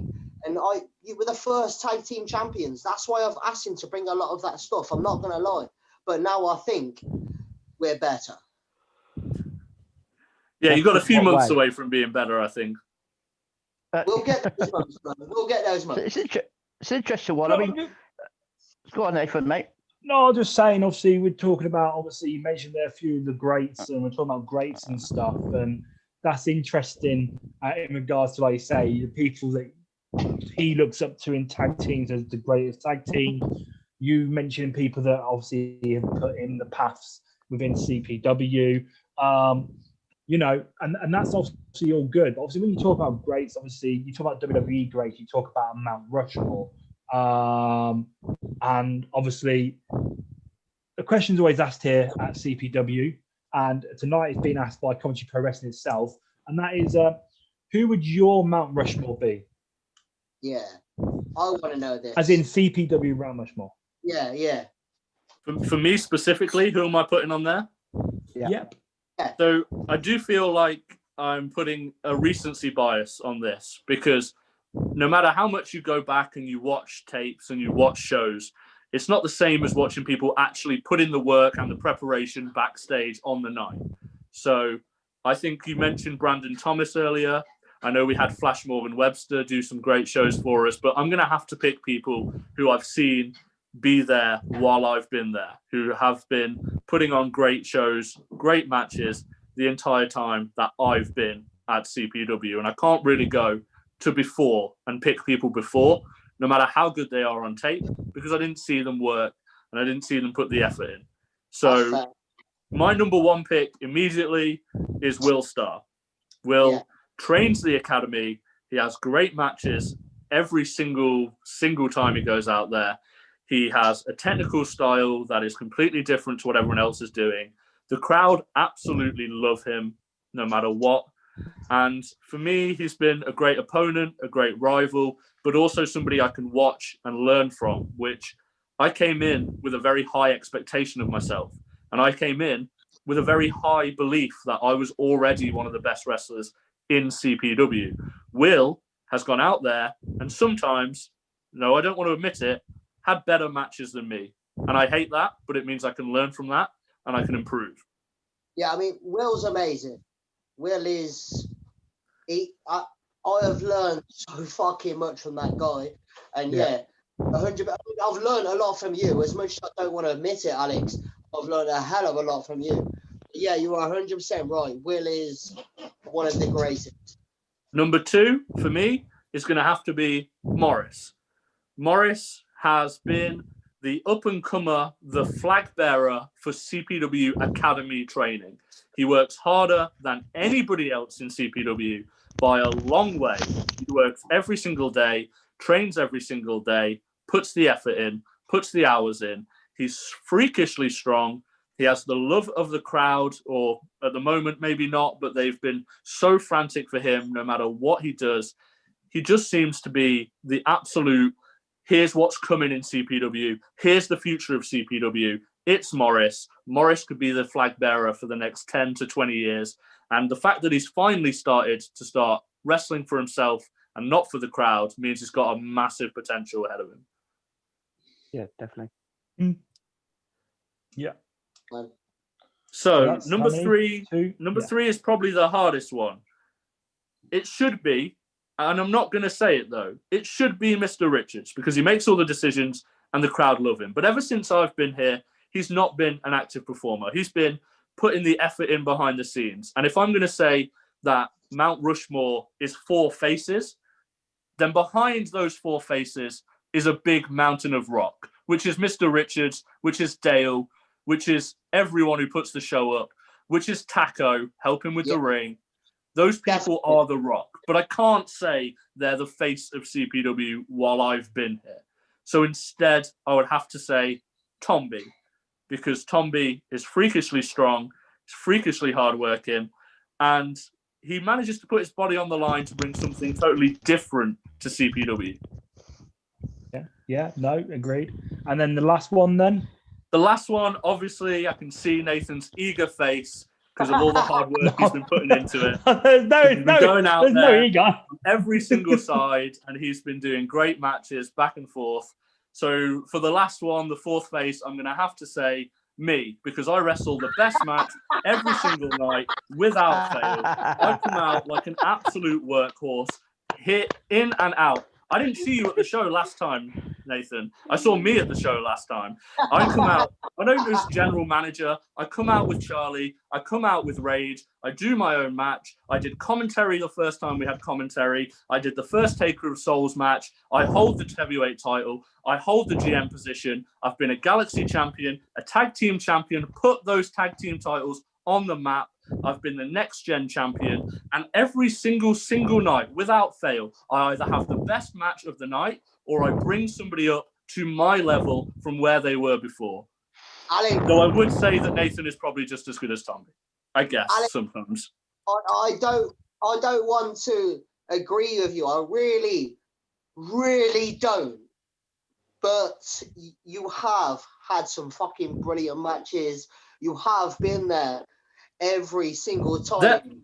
There are periods of this company where this company has walked on my back through match after match. And yes, that's not all the time. That's not all the time at all. But there are periods where people are out injured or people can't make shows where I show up every single show, have the best match, and make CPW worth watching no matter what night, no matter what week, against anybody.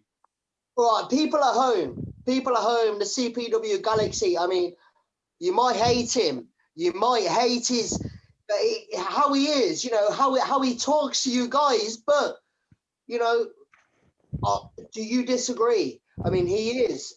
I don't like him, but he is one of the greatest CPW performers that has ever graced through that curtain, man. And let me be clear here. One of the most important things in wrestling is that we have heroes. We have people who overcome adversity, and we have adversity. And we have the people who are on top putting those heroes down. And unlike Rage right now, unlike Nathan right now, I'm not ever here to pander to the CPW Galaxy because I really, truly do not like them at any point. I am the best general manager we've ever had. I make sure that anybody who wants to be a hero in CPW has to be the best wrestlers in the world. Because if you're not, my management and my championship reigns will crush you. I mean, I'm not going to... I mean, there's some flaws in something you say, but I'm not going to pick up on your flaws. I'm going to agree with you. Thanks very much, Nathan. I'm going to agree with your... Wow. I mean, it'll be very scary to see you at the next show. Wow. Yeah. It will. What does YouTube say? Right. Have we got any? We don't need to go. There's nothing on YouTube. Carry on, Lee.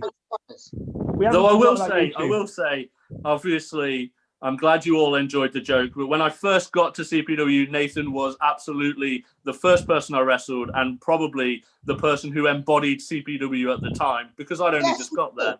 And for me to wrestle him first was a privilege because he really is somebody that CPW has relied on every single show. And he has put his body and heart on the line for CPW. Nathan is a great performer.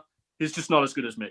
I appreciate your kind words. I was going to say, I agree with you on the fact you state the stuff about being a workhorse. I will never fault you, the effort you bring all the time. CPW have also said here that Alex Connors is without doubt the greatest workhorse in CPW history. Your Mount Rushmore is the first Mount Rushmore to not technically include Mr. Richards, based on how you chose who was going to be in your Mount Rushmore. I was waiting to see if you did put yourself in. So that's why I had that face on me. I was like, is he going to put himself in? I'm not sure. Where's he going with it? Obviously, you fired shots at me. You're more than welcome to. You're the guest tonight. We'll let them slide. It's fine. But the other ones in the Mount Rushmore have been very popular. And I think a lot of CPW Galaxy will agree with you when you mention those names throughout the history of what people have done for the company. What would you say, though, in regards to Mount Rushmore, who's the one female you'd put on there as like a fifth person? Because obviously we normally try and get a female on there as well. Yeah, well, you know what? I'm going to pick two. No, you know what? I'll do a whole female Mount Rushmore. Okay, then. What? Why not? That seems fair. You're the guest. When I first arrived, equal. Let's do it. When I first arrived, 100%, it was Natalie Wilde and Athena Fury, and I'd put both of them on there because they had a hell of a rivalry. They put absolutely my worries that maybe CPW's women's division, I didn't know what it was going to be like. I didn't know if it was going to be worth it. Those two were absolutely on fire when I first arrived. They traded the belt back and forth, and they far outclassed a lot of the men's matches on the same shows. They had a completely different style. They had a technical versus brawler, hard-hitting. So Athena Fury, Natalie Wilde, when I first arrived, they carried the division. I would have to move on and say a personal friend as well, so I know people know this, but Lucia Lee, who I think is one of the people who's going to be a hardworking, passionate person who may be controversial, but has something with the fans, a connection with the fans that most people don't. And she has a love of wrestling, which not everyone does. And fourth, and finally, I'm going to have to say someone who's wrestled since I debuted in 2007 and will carry a title into the future, Kiara, who may be new now, but is holding the women's division together through the toughest time for pro wrestling. And she will continue to do so because she's a great wrestler who knows wrestling, not brawling, but actual technical wrestling. No, great Mount Rushmore there. I wouldn't disagree with any of those mentions in that one, especially of how you I can't cast argue it. with that. Yeah, Dal, let's carry on then. Where were we? Actually, talking about Lucia, it actually takes me on to my next point. Actually, your next singles championship, Alex, was at the Elimination Show, where you had a mixed tag match when you were tagging with Harley Harris. Harley Race? Fuck, Harley Race. Sorry, my fault. Sorry, I missed that one. Harley Harris to face CJ Rawlins and Lucia Lee, who was the Galaxy champion at the time. And you went in there and took that championship from her. Yeah. And first of all, it's got to be props to Harley Harris because CJ Rawlins, he was an unknown to me at the time. And he was a real good high flyer. And I know he had wrestled at CPW before. They were very excited to see him again. But really, Lucia Lee was the one who was on absolute fire. And being as the way mixed tag works, that means that Harley Harris had to be the person to put out that fire. And I don't want to ever really give away any credit, but I took advantage of a Harley Harris performance that was next level, stepping up to the Mount Rushmore of CPW and taking out Lucia Lee. Whereas CJ Rawlins had a little bit of ring rust. He was a little bit just off his game. It had been a while, and I took advantage. But without Harley stepping up to Lucia, I never would have been able to win that CPW Galaxy Championship. Yeah, absolutely. Like I said, there were championship that you held, and you ran that. And like you say, then obviously we got into the pandemic and the COVID situation, which obviously shut a lot of us down and stopped us doing things for quite some time. So, and then we went on to August, actually, when we really started, we actually were able to do shows again with fans. Now, if you remember that, you had you and the Coalition, which obviously were the newest Coalition, because at the Elimination match, Elimination Show, you had your new campaign manager, Charlie. Yeah, we mentioned Charlie earlier, and we didn't give him enough credit because he really is, if anything, one of the easiest people I've ever had working in my faction because he remembers everything. He gets everything right every time. And whether or not the crowd love him, like when he first started with his terrible tag team of the Rascals, or whether or not they hate him when he elevated himself up to the Coalition, he has never put a foot wrong. The crowd are always there, and he is always getting everything right. And I, as a mentor, panicked about Charlie. I used to repeat things to him over and over, making sure that he had everything down. And these days, when I go over to Charlie, I tell him once, and I know it's going to get done, and I know it's going to get done right. And he's so impressive. Hey, Absolutely. I can't. Sorry, mate. You may not like where Charlie's gone, and I'm sure a lot of the CPW Galaxy don't. I don't. But you can't deny the young lad's skill and how far he's going to go.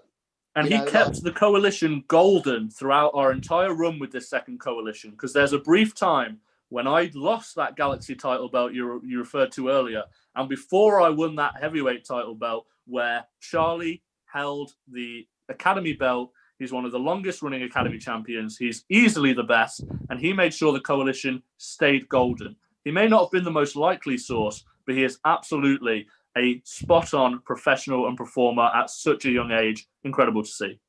Yeah, Definitely. agreed.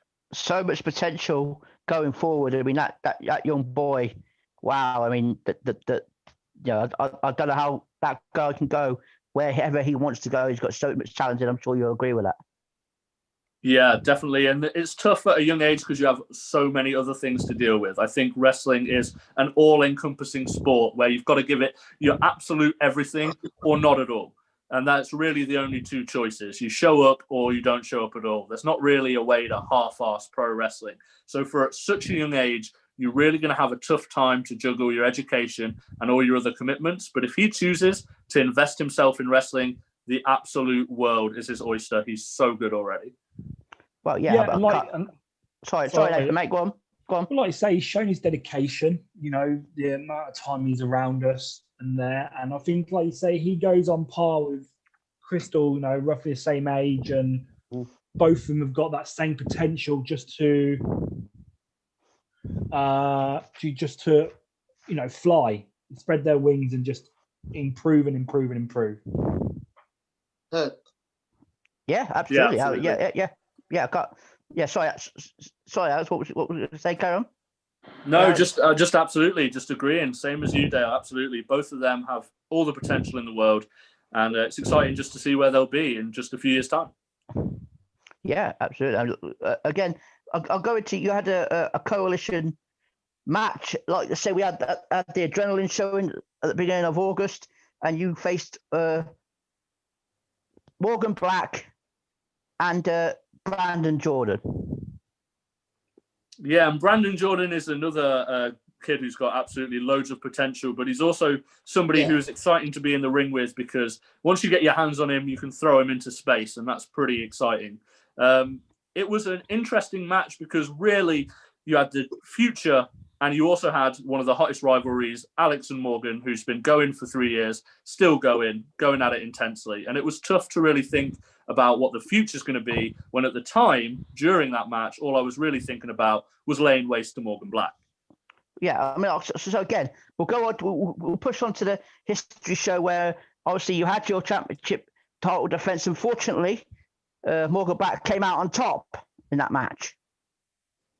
Yes, he did. Unfortunately so. That was a time when we'd really pushed the limits in terms of a rivalry in CPW, because not only had it been building for a really long time, but a lot of current events had really built the passion and the intensity of that rivalry.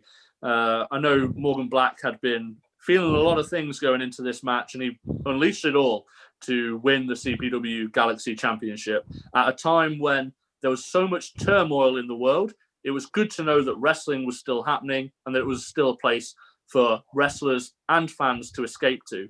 Unfortunately, despite the absolute insane finish, which I would say is one of the best back and forths in CPW history, the last 2 or 3 minutes of that match, I hit him with everything. He kicks out. He hits me with everything, and I keep kicking out. And I realized that I'm proving to the CPW Galaxy that I'm not just cheating to win. I kick out, I fight, I drive, and he still won. So at the end of that match, for the first time in my CPW career, I shook Morgan Black's hand and I gave him that title belt because he earned it. I still don't like him, but he earned it.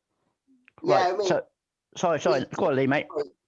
Did 100% on it, and it was a great match. But just before Dale carries on, how do you feel about how the Galaxy feel about Morgan Black? Because obviously, there's a very different relationship between you and the Galaxy and Morgan Black and the Galaxy. There's a lot of love for Morgan Black, and there's, maybe not so much for you. So how do you feel about that?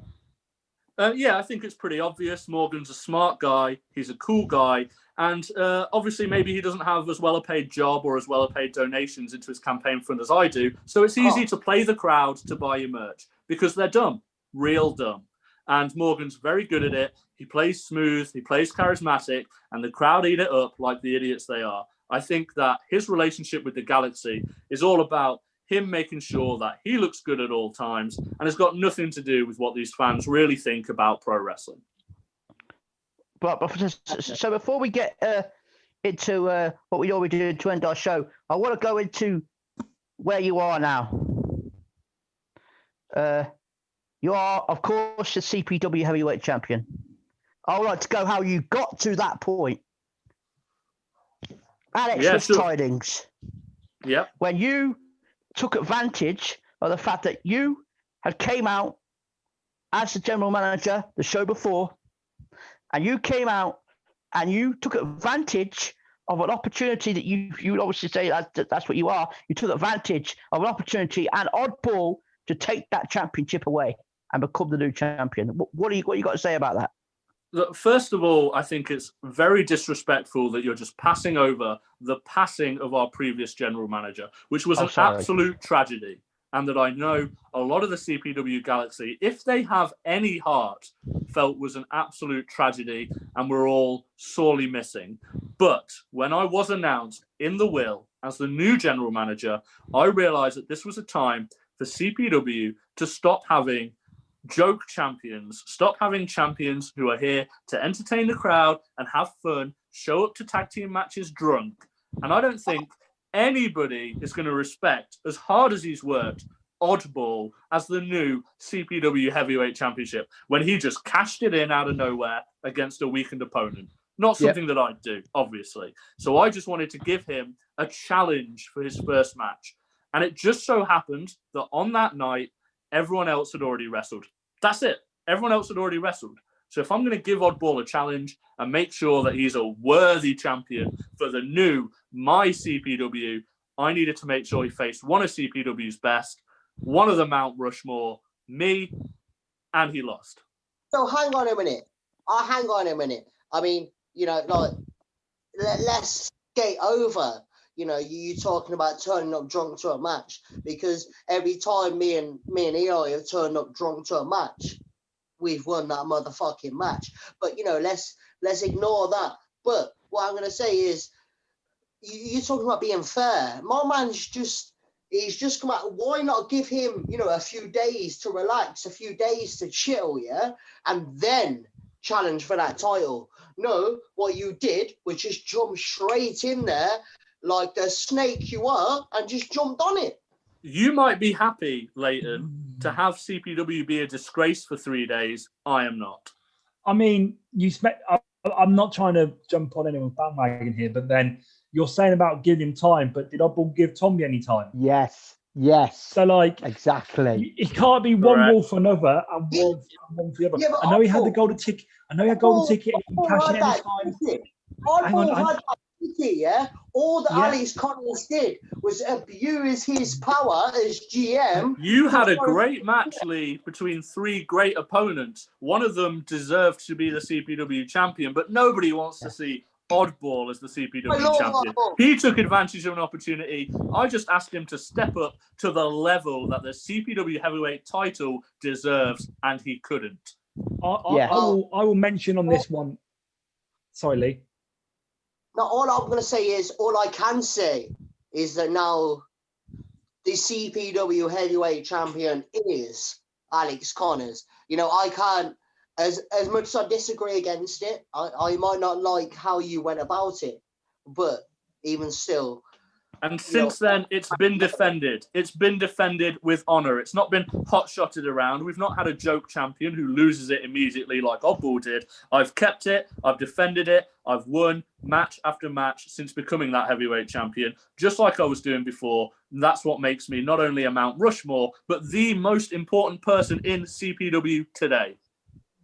Did you not try and do what you did with Oddball? Did you not try that with the tag team titles at the Xmas Bash? But unfortunately, you did not come out on top on that one. Whoa. Mr. Connors, you don't have to answer this. I knew this was going to come up, and I have got the answer for you, Mr. Connors. Dale, for one, Eli was the most legal man in the ring because he tagged out. And once again, you did not do your job properly. And then he laid the hands on our champion and our GM and chased him out of the building. Once again, you did nothing about. So there's your answer. Yeah, Mr. Connors, I will answer that for you. Fantastic answer, Aaron. And just a question from me. Dale, were you on the moonshine just like Team Madness before the match? Answer the question, Dale. Answer the question. Had you had any moonshine before that match? No, of course I have not. I am professional. He didn't touch a drop, but you were in that match and you lost. I think you're just very lucky we didn't have a breathalyzer on site, or that match and that decision would have been overturned and the coalition would be tag team champions. Definitely. Agreed. Once again, Dale, you have proven tonight So why it's got nothing to do with the fact that you didn't have the ability or to actually go in there and win the match. It was the referee, yeah? Yeah, Yes. thank you. I'm glad you're finally Well done, catching on Dale. and you finally sobered up. Don't Thank worry you. about it, Dale. You I mean- you listen to this horse shit this guy is saying. I'm with you, Dale. I'm with you, my brother. Yes, and maybe Thank Lee you, can Lee, take you mate. to Wellsbourne Market and buy you a Stone Island top as well. So we're If you're talking gonna about buy me a present, make sure it's fucking Stone Island. Definitely. so we're talking about your GM stuff, and people who agree or disagree if what you did was right as a GM. Obviously, I agree with Lee. He had the golden ticket as a former golden ticket holder. Yes, you can cash it any time. However, as a general manager, you have the right and the ability to make matches as you feel fit, not a breach of power. True. Would I say morally was it the right thing to do at that time?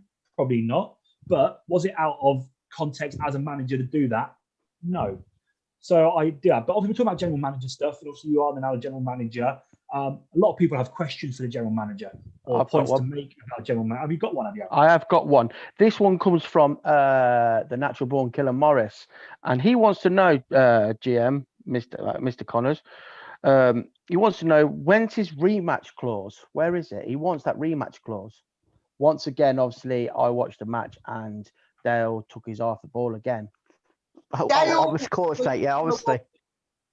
Look, I think Morris has absolutely deserves a rematch clause. Dale, not always the best refereeing, but we are having a tough time making sure the shows run on time and on schedule and making sure that everything happens with all the correct paperwork. So he will get his rematch in due time, but we need to make sure that these shows run with the most efficient safety protocols, and they will run as and when we can clear them with Coventry Council and making sure everything is by the book. So, Morris, it might be a bit more of a delay during COVID-19 than it would be during regular season, but he'll get that because Taco may be another joke champion that CPW doesn't want to have as a champion for very long. Wow, that's fair. That's fair comment. And obviously, a lot of people have questions for you. So I've got one from Dominic the Winter as well. Former general manager, as we all are aware, and a friend of yours. He's put, as a former GM himself, I would like to ask Mr. Connors what he feels is the most difficult part of managing to provide such a fair and honourable perspective to such an ungrateful galaxy. Yeah, I mean, that is a great question. My great- arsehole. Lee, I don't think he was asking you. You've never been GM, okay? Okay, cool. So firstly, I think it's a great question from Mr. De Winter. As always, he's always insightful. He always knows about wrestling, and he's a great manager to have. The De Winter dynasty have been absolutely on fire recently, and all 4 members of the De Winter dynasty have upped their game with Mr. De Winter at their side. The important thing to know, though, in answer to his question, and I think he knows this as well, but it's just enlightening, is that the CPW Galaxy do not know what's good for them. They never know what's good for them. They don't know who's good or who's bad. They're idiots, drunken idiots. And they want to see somebody like Lee go out there and headbutt people instead of the world's best professional wrestling. So sometimes you have to realize that just because the crowd wants something doesn't mean that's best for business, and it doesn't mean that's the best thing for CPW. Well, Galaxy, I love you guys, and I'll headbutt motherfuckers every time you want me to. Don't worry about it. Definitely to the galaxy, Lee. To the galaxy, my friend. And boy. due to his height, he headbutts the kneecaps. Yeah, and then breaks his shoulder because of it. So, shut up, man. Come on. Whilst we're talking about the Galaxy, we're about the Galaxy, and obviously there's going to be on this podcast tonight. Unfortunately, there's going to be different opinions on how we feel about the Galaxy. It's understandable, but whilst talking about Galaxy, and obviously we've come to the end of discussing your absolutely awesome career so far to date in CPW. We've got a great insight into your matches and how you felt about those matches, and get an understanding of obviously the hillbillies, etc., going forward and everything like that. But obviously we're talking about a Galaxy. So what we're doing now, we're just head over to our YouTube correspondent, which is Aaron. And what's been the chat on there tonight? Let's get the down low on what's been happening on YouTube and the chit chat and the conversations that the fans have been having. Yeah, the fans. I mean, they're loving it. They're saying we've got some of them saying this is one of their favourite Talking Madness episodes. They're loving Mr. Connors, Mr. Alex Connors' special room with all his wrestling stuff in that. I'm me myself, Mr. Connors. When this is over, this virus is over, I would be honoured to be able to come and take a look in that room. You're more than welcome. Thank you very much. You know, Lee, I'd give you a lift, but no. no, Obviously, they're all saying about Crystal, about how Crystal's got a bright future. We've got Shorty with a bright future. So yeah, it's and I think they're just really enjoying it and listening to the wisdom and the truth that Mr. Connors is bringing to this show tonight.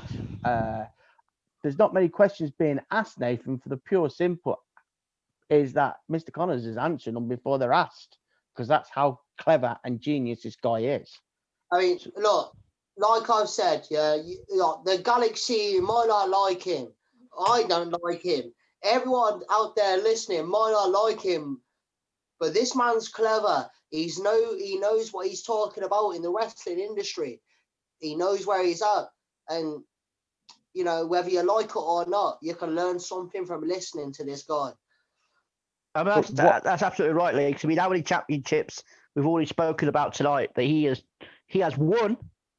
You don't win championships, you don't be successful like that if you haven't got the strategy that Mr. Connors has always had in his game. But Yes. one question that's been asked, and I think we can answer it now, and it comes from Richard Warwood. He wants to know, are we playing any games tonight? Well, I was going to say, just had a quick question in from Kiara, asking the vital question, obviously, in 2024, will Mr. Connors be running for president again?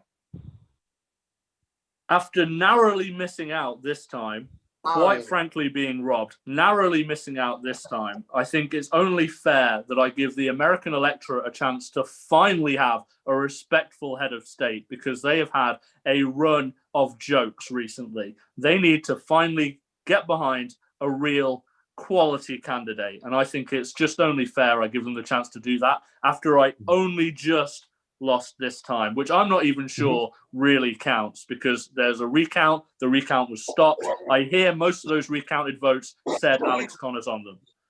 Okay. There's the answer for Kiara. But yes, Aaron, you're right. You mentioned that CPW Galaxy sound like they're having a lot of fun. They're enjoying this episode. So, there's not long left to the episode. So I think there's only one way to finish this off. And let's finish this episode off with a bit of fun. And let's play the famous game of You Suck. You suck! You suck! You suck. And Mr. Connors, if you've never watched an episode, we understand you're a busy man as general manager, so we won't be offended.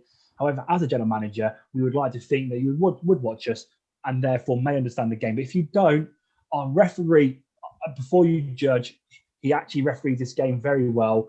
Our referee for this game is Dal Richardson, and he'll explain the game and the rules. While Dale explains this, I'm going to drain the lizard. I'll be back in a minute. Right. So, Mr. Connors, have you, as Nathan's just said, I'm sure you have watched before, but if you haven't, would you like me to explain the rules to you? Yes, please explain the rules for the viewers at home as well. This is a podcast people are going to be watching for the first time because you've got an esteemed guest on it. He's got a point.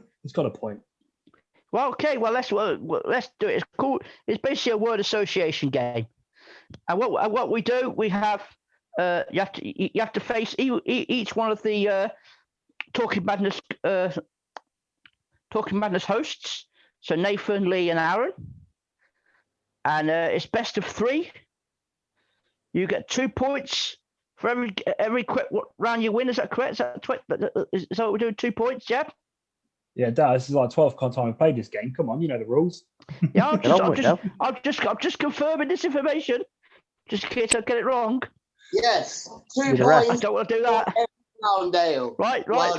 And I'm explaining it for the Galaxy in case somebody hasn't watched before. So I'm getting confirmation of that. Right. Anyway. Right. So it's best of 3. We'll give a word. You can't. There's no going to be no. There can't be any hesitation. You can't say the same word twice. And there is 1 or 2 times we will go to VAR because sometimes we mess up. sometimes we do make errors. So we have VAR to cover us on them errors. So Well, let's just explain. So word association. You're taking all 3 members of team management, and it's best of 3. Is that okay, Mr. Connor? Do you understand the rules? Not even slightly, no. No, I lost the rules as well there. Basically, word association. Someone will give you a word, associate that word, and back and forth with whoever you're playing against until either someone hesitates, repeats a word, Or repeats, or says something that's completely wrong. And you have 3 games against each me, Nathan, and Aaron. And I'm honest, I'm shy, so you're probably going to beat me. So so you're aware, there is a leaderboard, which you can see behind Aaron. So all I have to do is continuously say words that associate with the thing you just said. Yes. Without hesitating or repeating. Yeah, back and forth. Okay. So and there's a prize. There's a prize each week. Very nice. The weekly prize is a photo, and it's a photo of, unfortunately, one of us 4. So what's the prize this week, then, Aaron? Well, shall we have a look, Dale? So just go through the rules again while I get the prize. Just so I think we don't need to explain the rules anymore. It will be confusing. Okay. The point system. I've got it. Let's win the prize. You got it. You ready, or do you need me to carry on talking for a second? No, let's see. We go, guys. Oh my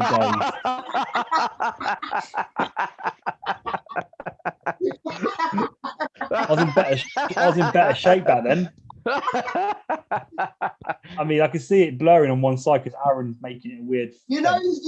I'm sorry, lads, but do you notice, that the best fucking pictures each week are of Nathan? Well, what happens when you live the most? That's what's happened when you live. That's what's happened when you live the most exciting life, mate. I don't know if I'd want to have lived your life, but maybe I'd want to have seen these bits of it that I haven't seen. Definitely. So let's get on with the game. I can see how excited you are, Mr. Collins, about that prize. By the way, we will let you know, Alex, that we send every picture at the end of the week in the post, and unfortunately, for some reason, up to date, none of the guests have received them. So you may or may not receive it in post. We don't know what's happening here. We think it's a dodgy postal service. But as stated, there's a leaderboard. Jimmy Vice and Emma Cross are at the top of the moment with 12 points. That means to get the same 12 points is you've got to beat everyone 2-1 or 2-0, and that will give you a maximum points. Okay. Understood. But Jimmy Vice, as he always points out, when he won, he beat all 3 of them. He didn't lose a round. He always points that out. No one cares. So how do we reach a draw? Well, we're probably going to have to play a brand new game one day and bring on the top 3. Whoever's at the top of the table at the time. We'll have to come to that when it gets round to it. But as for now, let's play this game. Dale, who's he playing against first? Right. I would say let's play first against Nathan. Hey. Okay. Right. So, Alex Connors, are you ready for this? Do I say the first word or does he? What? No, you will go first. Yeah. Okay, you will go first in this round. So right. So you go first. It's best of 3, remember? Yeah. So, right. Do I say any word or you're going to start? No. One of the other hosts will say a word, and you just go on from there. Go from there. Okay. Understood. Ready. Let's go. Right. Okay. So you versus Nathan. Aaron, give us your word. Naked. Nathan's pictures. Maiden. Medium was that? I didn't even hear that. What's that again? Amazing. Amazing. I would say Willstar, Hero. Hurricane, Storm. X-Men, Superhero. Professor X. Bold. And I don't know. Oh, you suck. I'm afraid you suck. You So, suck. I was really worried I'd end up winning that picture. No, you do win it just for taking part. I mean, You yeah. do. Oh, Commentary Pro Wrestling are doing VAR, so Oh, VAR. Right. Ooh. I think it might have been his first word was a double word. Nathan's but pictures. wait. I don't think it was during the rule explanation. It wasn't explained It has to be to one word. Connors that you Okay. can't use a double word. You know, only if it's like a name or something like that. I've put myself up on this before, yeah. So we need to say to our guests, this needs to be a new rule. We say to guests, you can't use like a word of two. You know, you can't use two words. Well, Okay, but I can say Willstar, but I can't say two words that are not a name. Yeah. Yes. Understood. Well, we'll blame the referee and the rule explain on that one. Well, of course, yeah. I think I Well, lost either way, so it doesn't affect the points. Waiting for VAR, and Still while 1-0. we're waiting for that, Richard Warwood, like I've said, I can get you a signed photo of this picture. You've only got to ask me. Nobody wants them. Nobody I I don't wants even know No, who you're talking no. about, so let's keep it that No. way. Because anyone who can get a Apparently- signed photo of that, I don't want to meet. No, No, this he is wants not one. allowed. He No. wants one. This is not allowed because last week after the photo you put up last week, you got a request of like 10 different people wanting copies of that photo. I feel like I Yeah. don't want my copies of my pictures. Actually, I don't care if people get my pictures. That's I'm lying. Where's that Nathan, mate. picture now, Nathan? Nathan, I'm Your sorry. profile. I'll pimp you This is my out profile picture. for money for CPW. I'm sorry Right, about let's Will. carry on. It's 1-0 to Carry me. on. Let's carry on. Right. Or we'll be at What- night. So it's 1-0. It's 1-0 to you, Nathan. Yes, we agree Yes. on that one. Yeah, let's Right. move on. Who's sending the next great word, please? Right. Let's go. Nathan, Go, Lee. Nathan to go first. Nathan to go first. Lee, give us your word. Plug. Pain. Bath, Water. ocean, Animals. cat, Meow. moo, Noise. screaming. Nah, I'm gone. No, Well, you suck, man. You Suck. suck. You suck. You suck. Right. Final round. You, Alex Big Collins. and falling around. Nathan. There's so much left. Final round between them. It's decided who wins it between them two. It's 1-1. Alex Connors to answer first. And your word is champion. Me, You. Alex, Name. Connor, Oh, Oh, you Wow. suck. You suck. You suck. You suck. Right. So, right. 2-1. Let's get.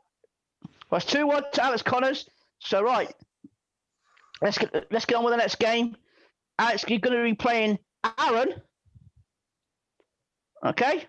yep, So, it's you to go first. Lee, give us your word. Spray. water, Can. bath, Tub. liquid, Fluid. jelly, Plate. bowl, Sink. tap, Flowing. running, Stop. start, Go. stop.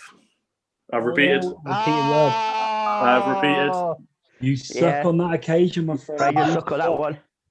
Okay, so Okay. round two. So 1-0 to Aaron.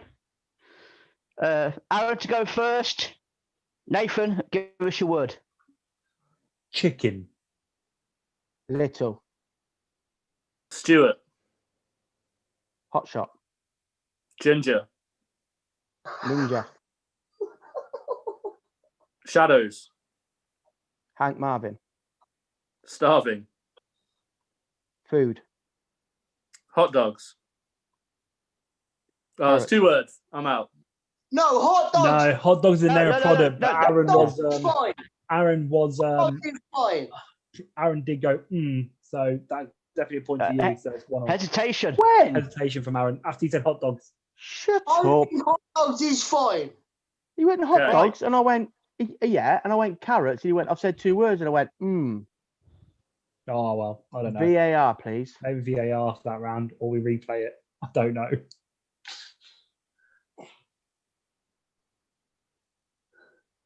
Do you know what? I'll give you the point, Mr. Connors. Good. Okay. Seems You're a very lovely guy. generous of you. At least we'll Right, get so a final decider now. Let's keep things There we moving. go. Right. Let's So it's 1-0 to Alex. No, it's Aaron to 1-1. go It's One 1-1. Definitely 1-1. I lost the first one. Decider now. I apologise. Right. Well, Anyway, so let's- 1-1. Decider. For this, so let's go. Alex to go first. And your word is Leicester. Football. Club. Club. What are you doing, Lee? It's my Go, go. Leeds, Aaron's go. Music. It is go. City. It's is Aaron's 1-1. go still. Right. Music. Yeah, carry on. Come on, City. guys. It's Aaron Oh, and, for God's sake. and Alex Connors. Last one. It's 1-1. Right. sorry. So start again. Sorry. I'm sorry. This is Sorry, why Lee. we're Start not friends again. no more. Right. Shush. Let's go. Alex Connors to go first. Your Leicester. Your word is Coventry. Football. Club. Music. Two-tone. Jazz. Scar. Trumpets. Saxophone. Brass. Band. Illegal. Substance. Drugs. Marijuana. Yeah, you can have that. Ah! You suck. I'm afraid you suck on this one. You suck. No. Right. So Aaron wins that one. By the 2-1. way, just so we know, in the last round where obviously Aaron gave the point to Connors, VAR did say that Aaron lost for Hank Marvin because it didn't link to the thing before. It did. Hank Okay. Marvin was in the shadows. Okay, well, anyway. Yeah, well, I You won the lost. point anyway, You lost. so You that's did. a fair Yeah. round. 2 Yeah. 2-1 to Aaron. Lee's That's fair. go. Let's go. Aaron wins that one. So Alex, you play Lee now. Yep. Okay. So Lee, it's your turn now. Right. Who's It'll first? be easy. Your turn now, Lee. Who's Right, first? Alex goes first. Right. Nathan, give us your word.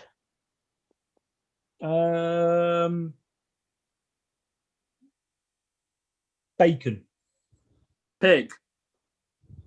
Pork. Vegetarian.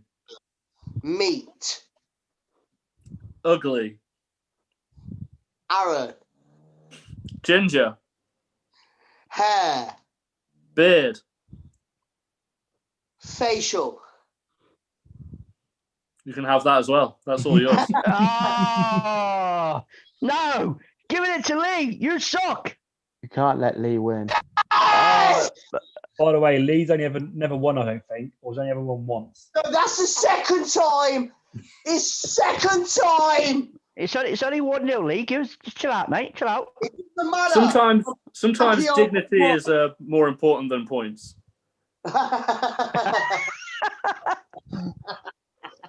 Go on then. 1-0. Let's go. Right. Round 2. Lee, Right, round 2. you're going first. Lee to go first. Your word is pizza. Pepperoni.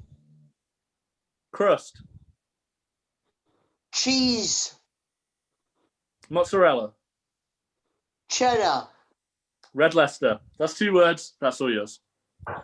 No, that's a name. I don't, Okay, I don't Red think that Leicester. works. Red Yeah, Leicester. carry on then. Red Leicester. Let's go. Let's go. Let's go. Strong. Weak. No, I thought God, I Ah, you simulate. suck! Simulate, you win. No, You suck! Alf up there. No, You I'm suck! kidding. 1-1. Right, one I'm all. gonna go try. Final round. Aaron, it's Alex Connors to go first. Aaron, give us your word. Brothers. Eli. Tag Titles. me. Gold. Shiny. Reflective. Mirror. Reflection. Gorgeous. Beautiful. Me. Oh, I fucked up Oh again. my You've God. lost! You've lost! You suck! You I suck, Lee! suck. I suck. You You suck! stuck, mate. He Aaron, said you got a leaderboard? gorgeous. Have you got a Obviously, leaderboard? I thought me. You know. You suck. So Aaron, you got right. the So leaderboard? after that's all done, Yes. what was Alex 9 Connor's final points. scores, Aaron? 9 points. I don't know. I'm not the points. I've scorer. been doing 9 the maths. points. I've done 9 points. That puts you on joint third place with Cat Von Cage. Oh. Good job on making. Good job. I was tracking the points, weren't it, throughout the game?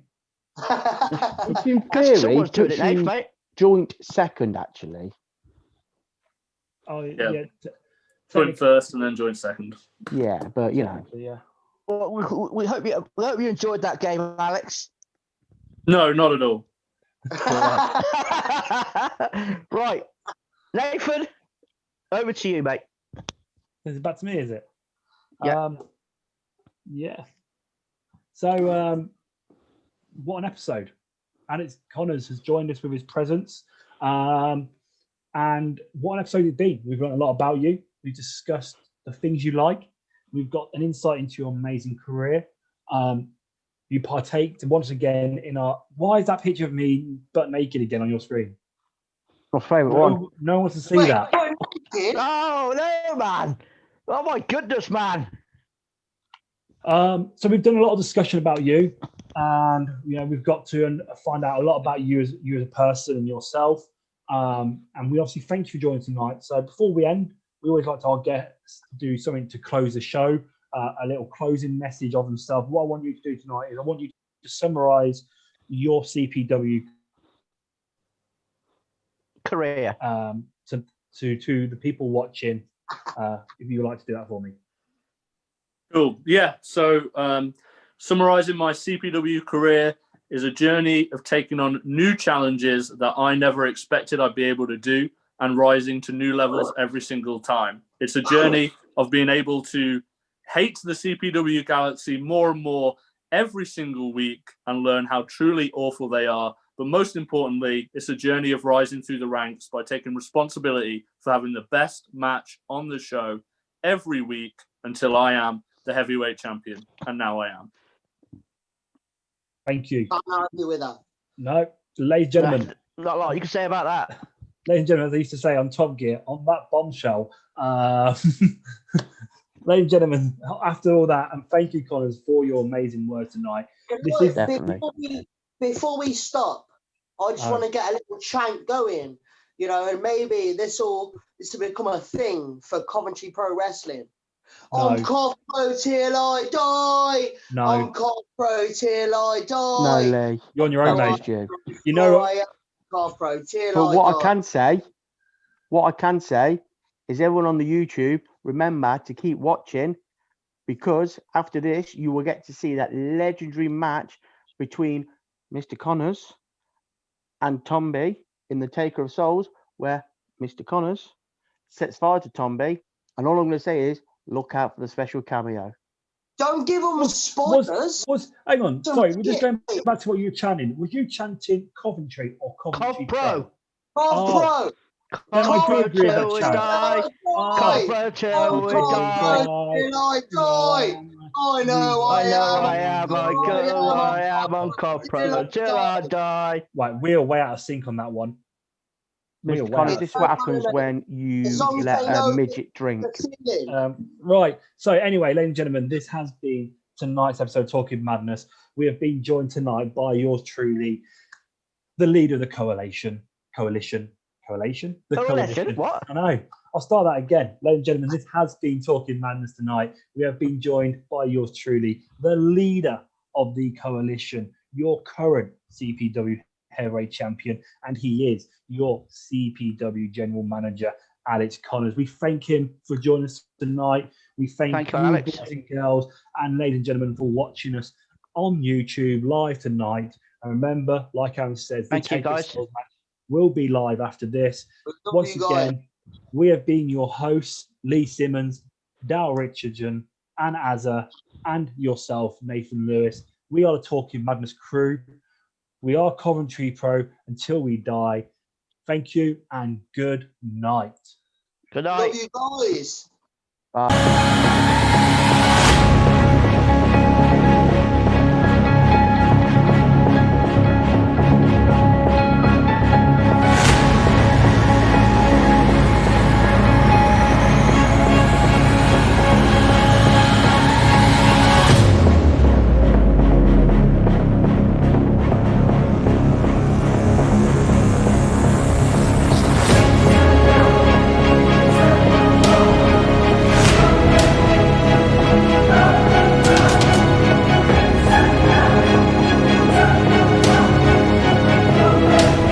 This is the place, brother. This is where he said. Okay. Let's go bring some gold back to the family. You got this, brother. You got this. Where is he? Where is he?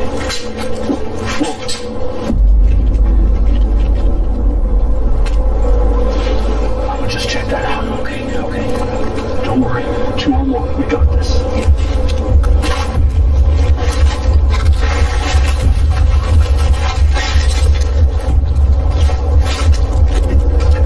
Can you see anything, brother?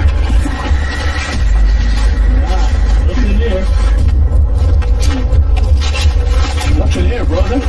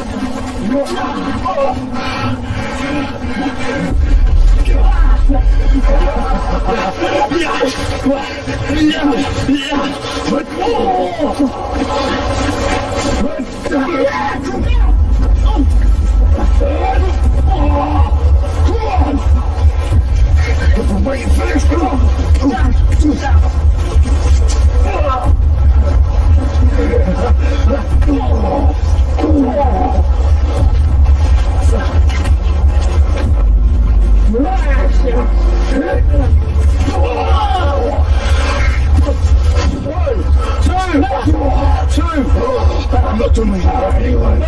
Come on.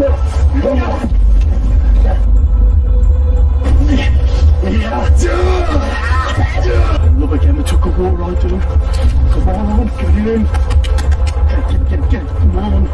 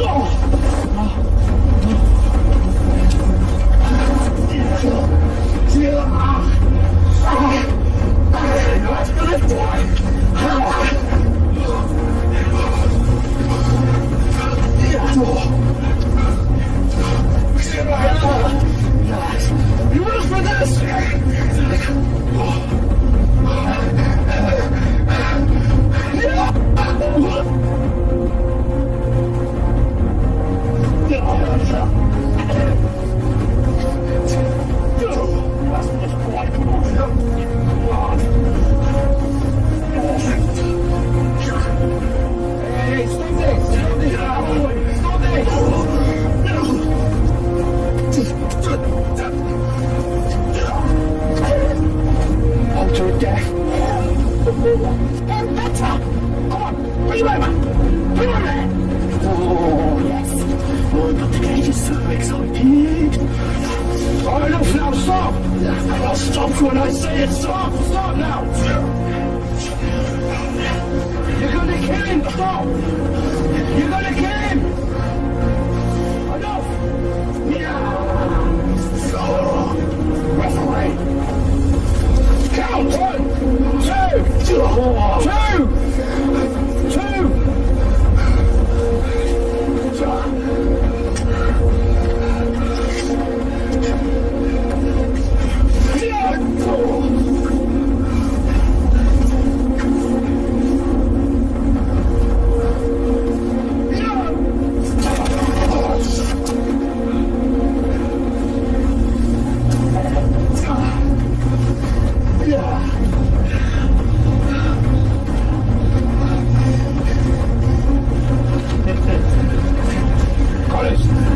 Colin, stop now, stop! Stop! No, I've nothing to do with it.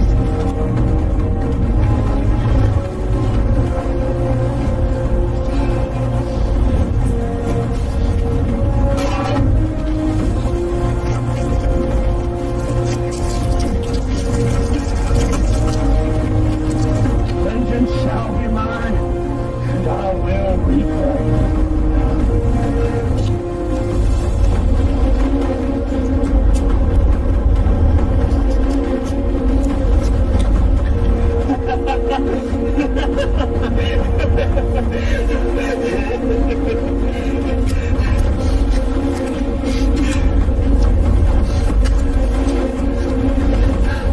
I did it, brother. I did it. He's dead.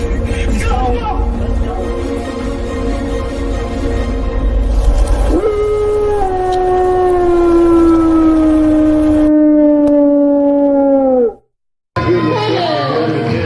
Cut my music!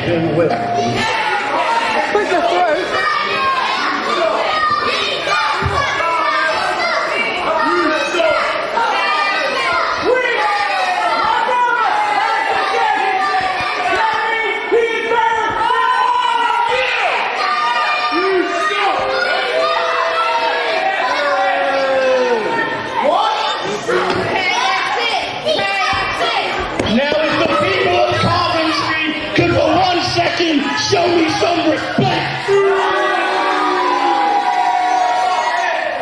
I'm the champ, I said show me some respect.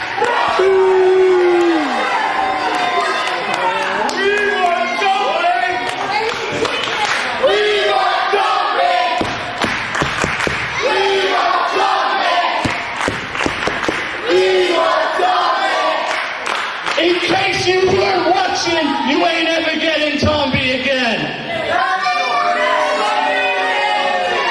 Instead, everybody be standing for the United States national anthem. Play it.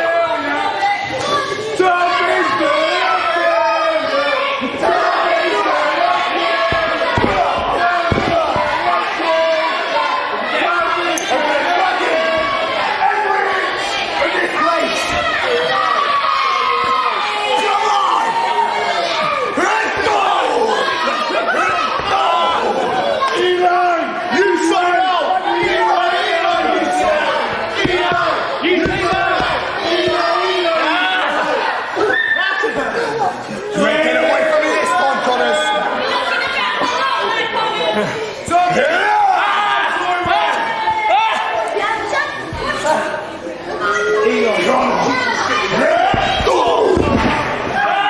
on!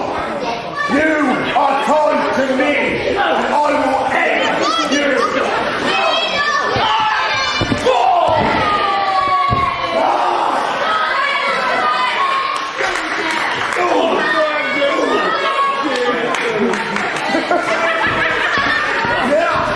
Chicken shit on your head!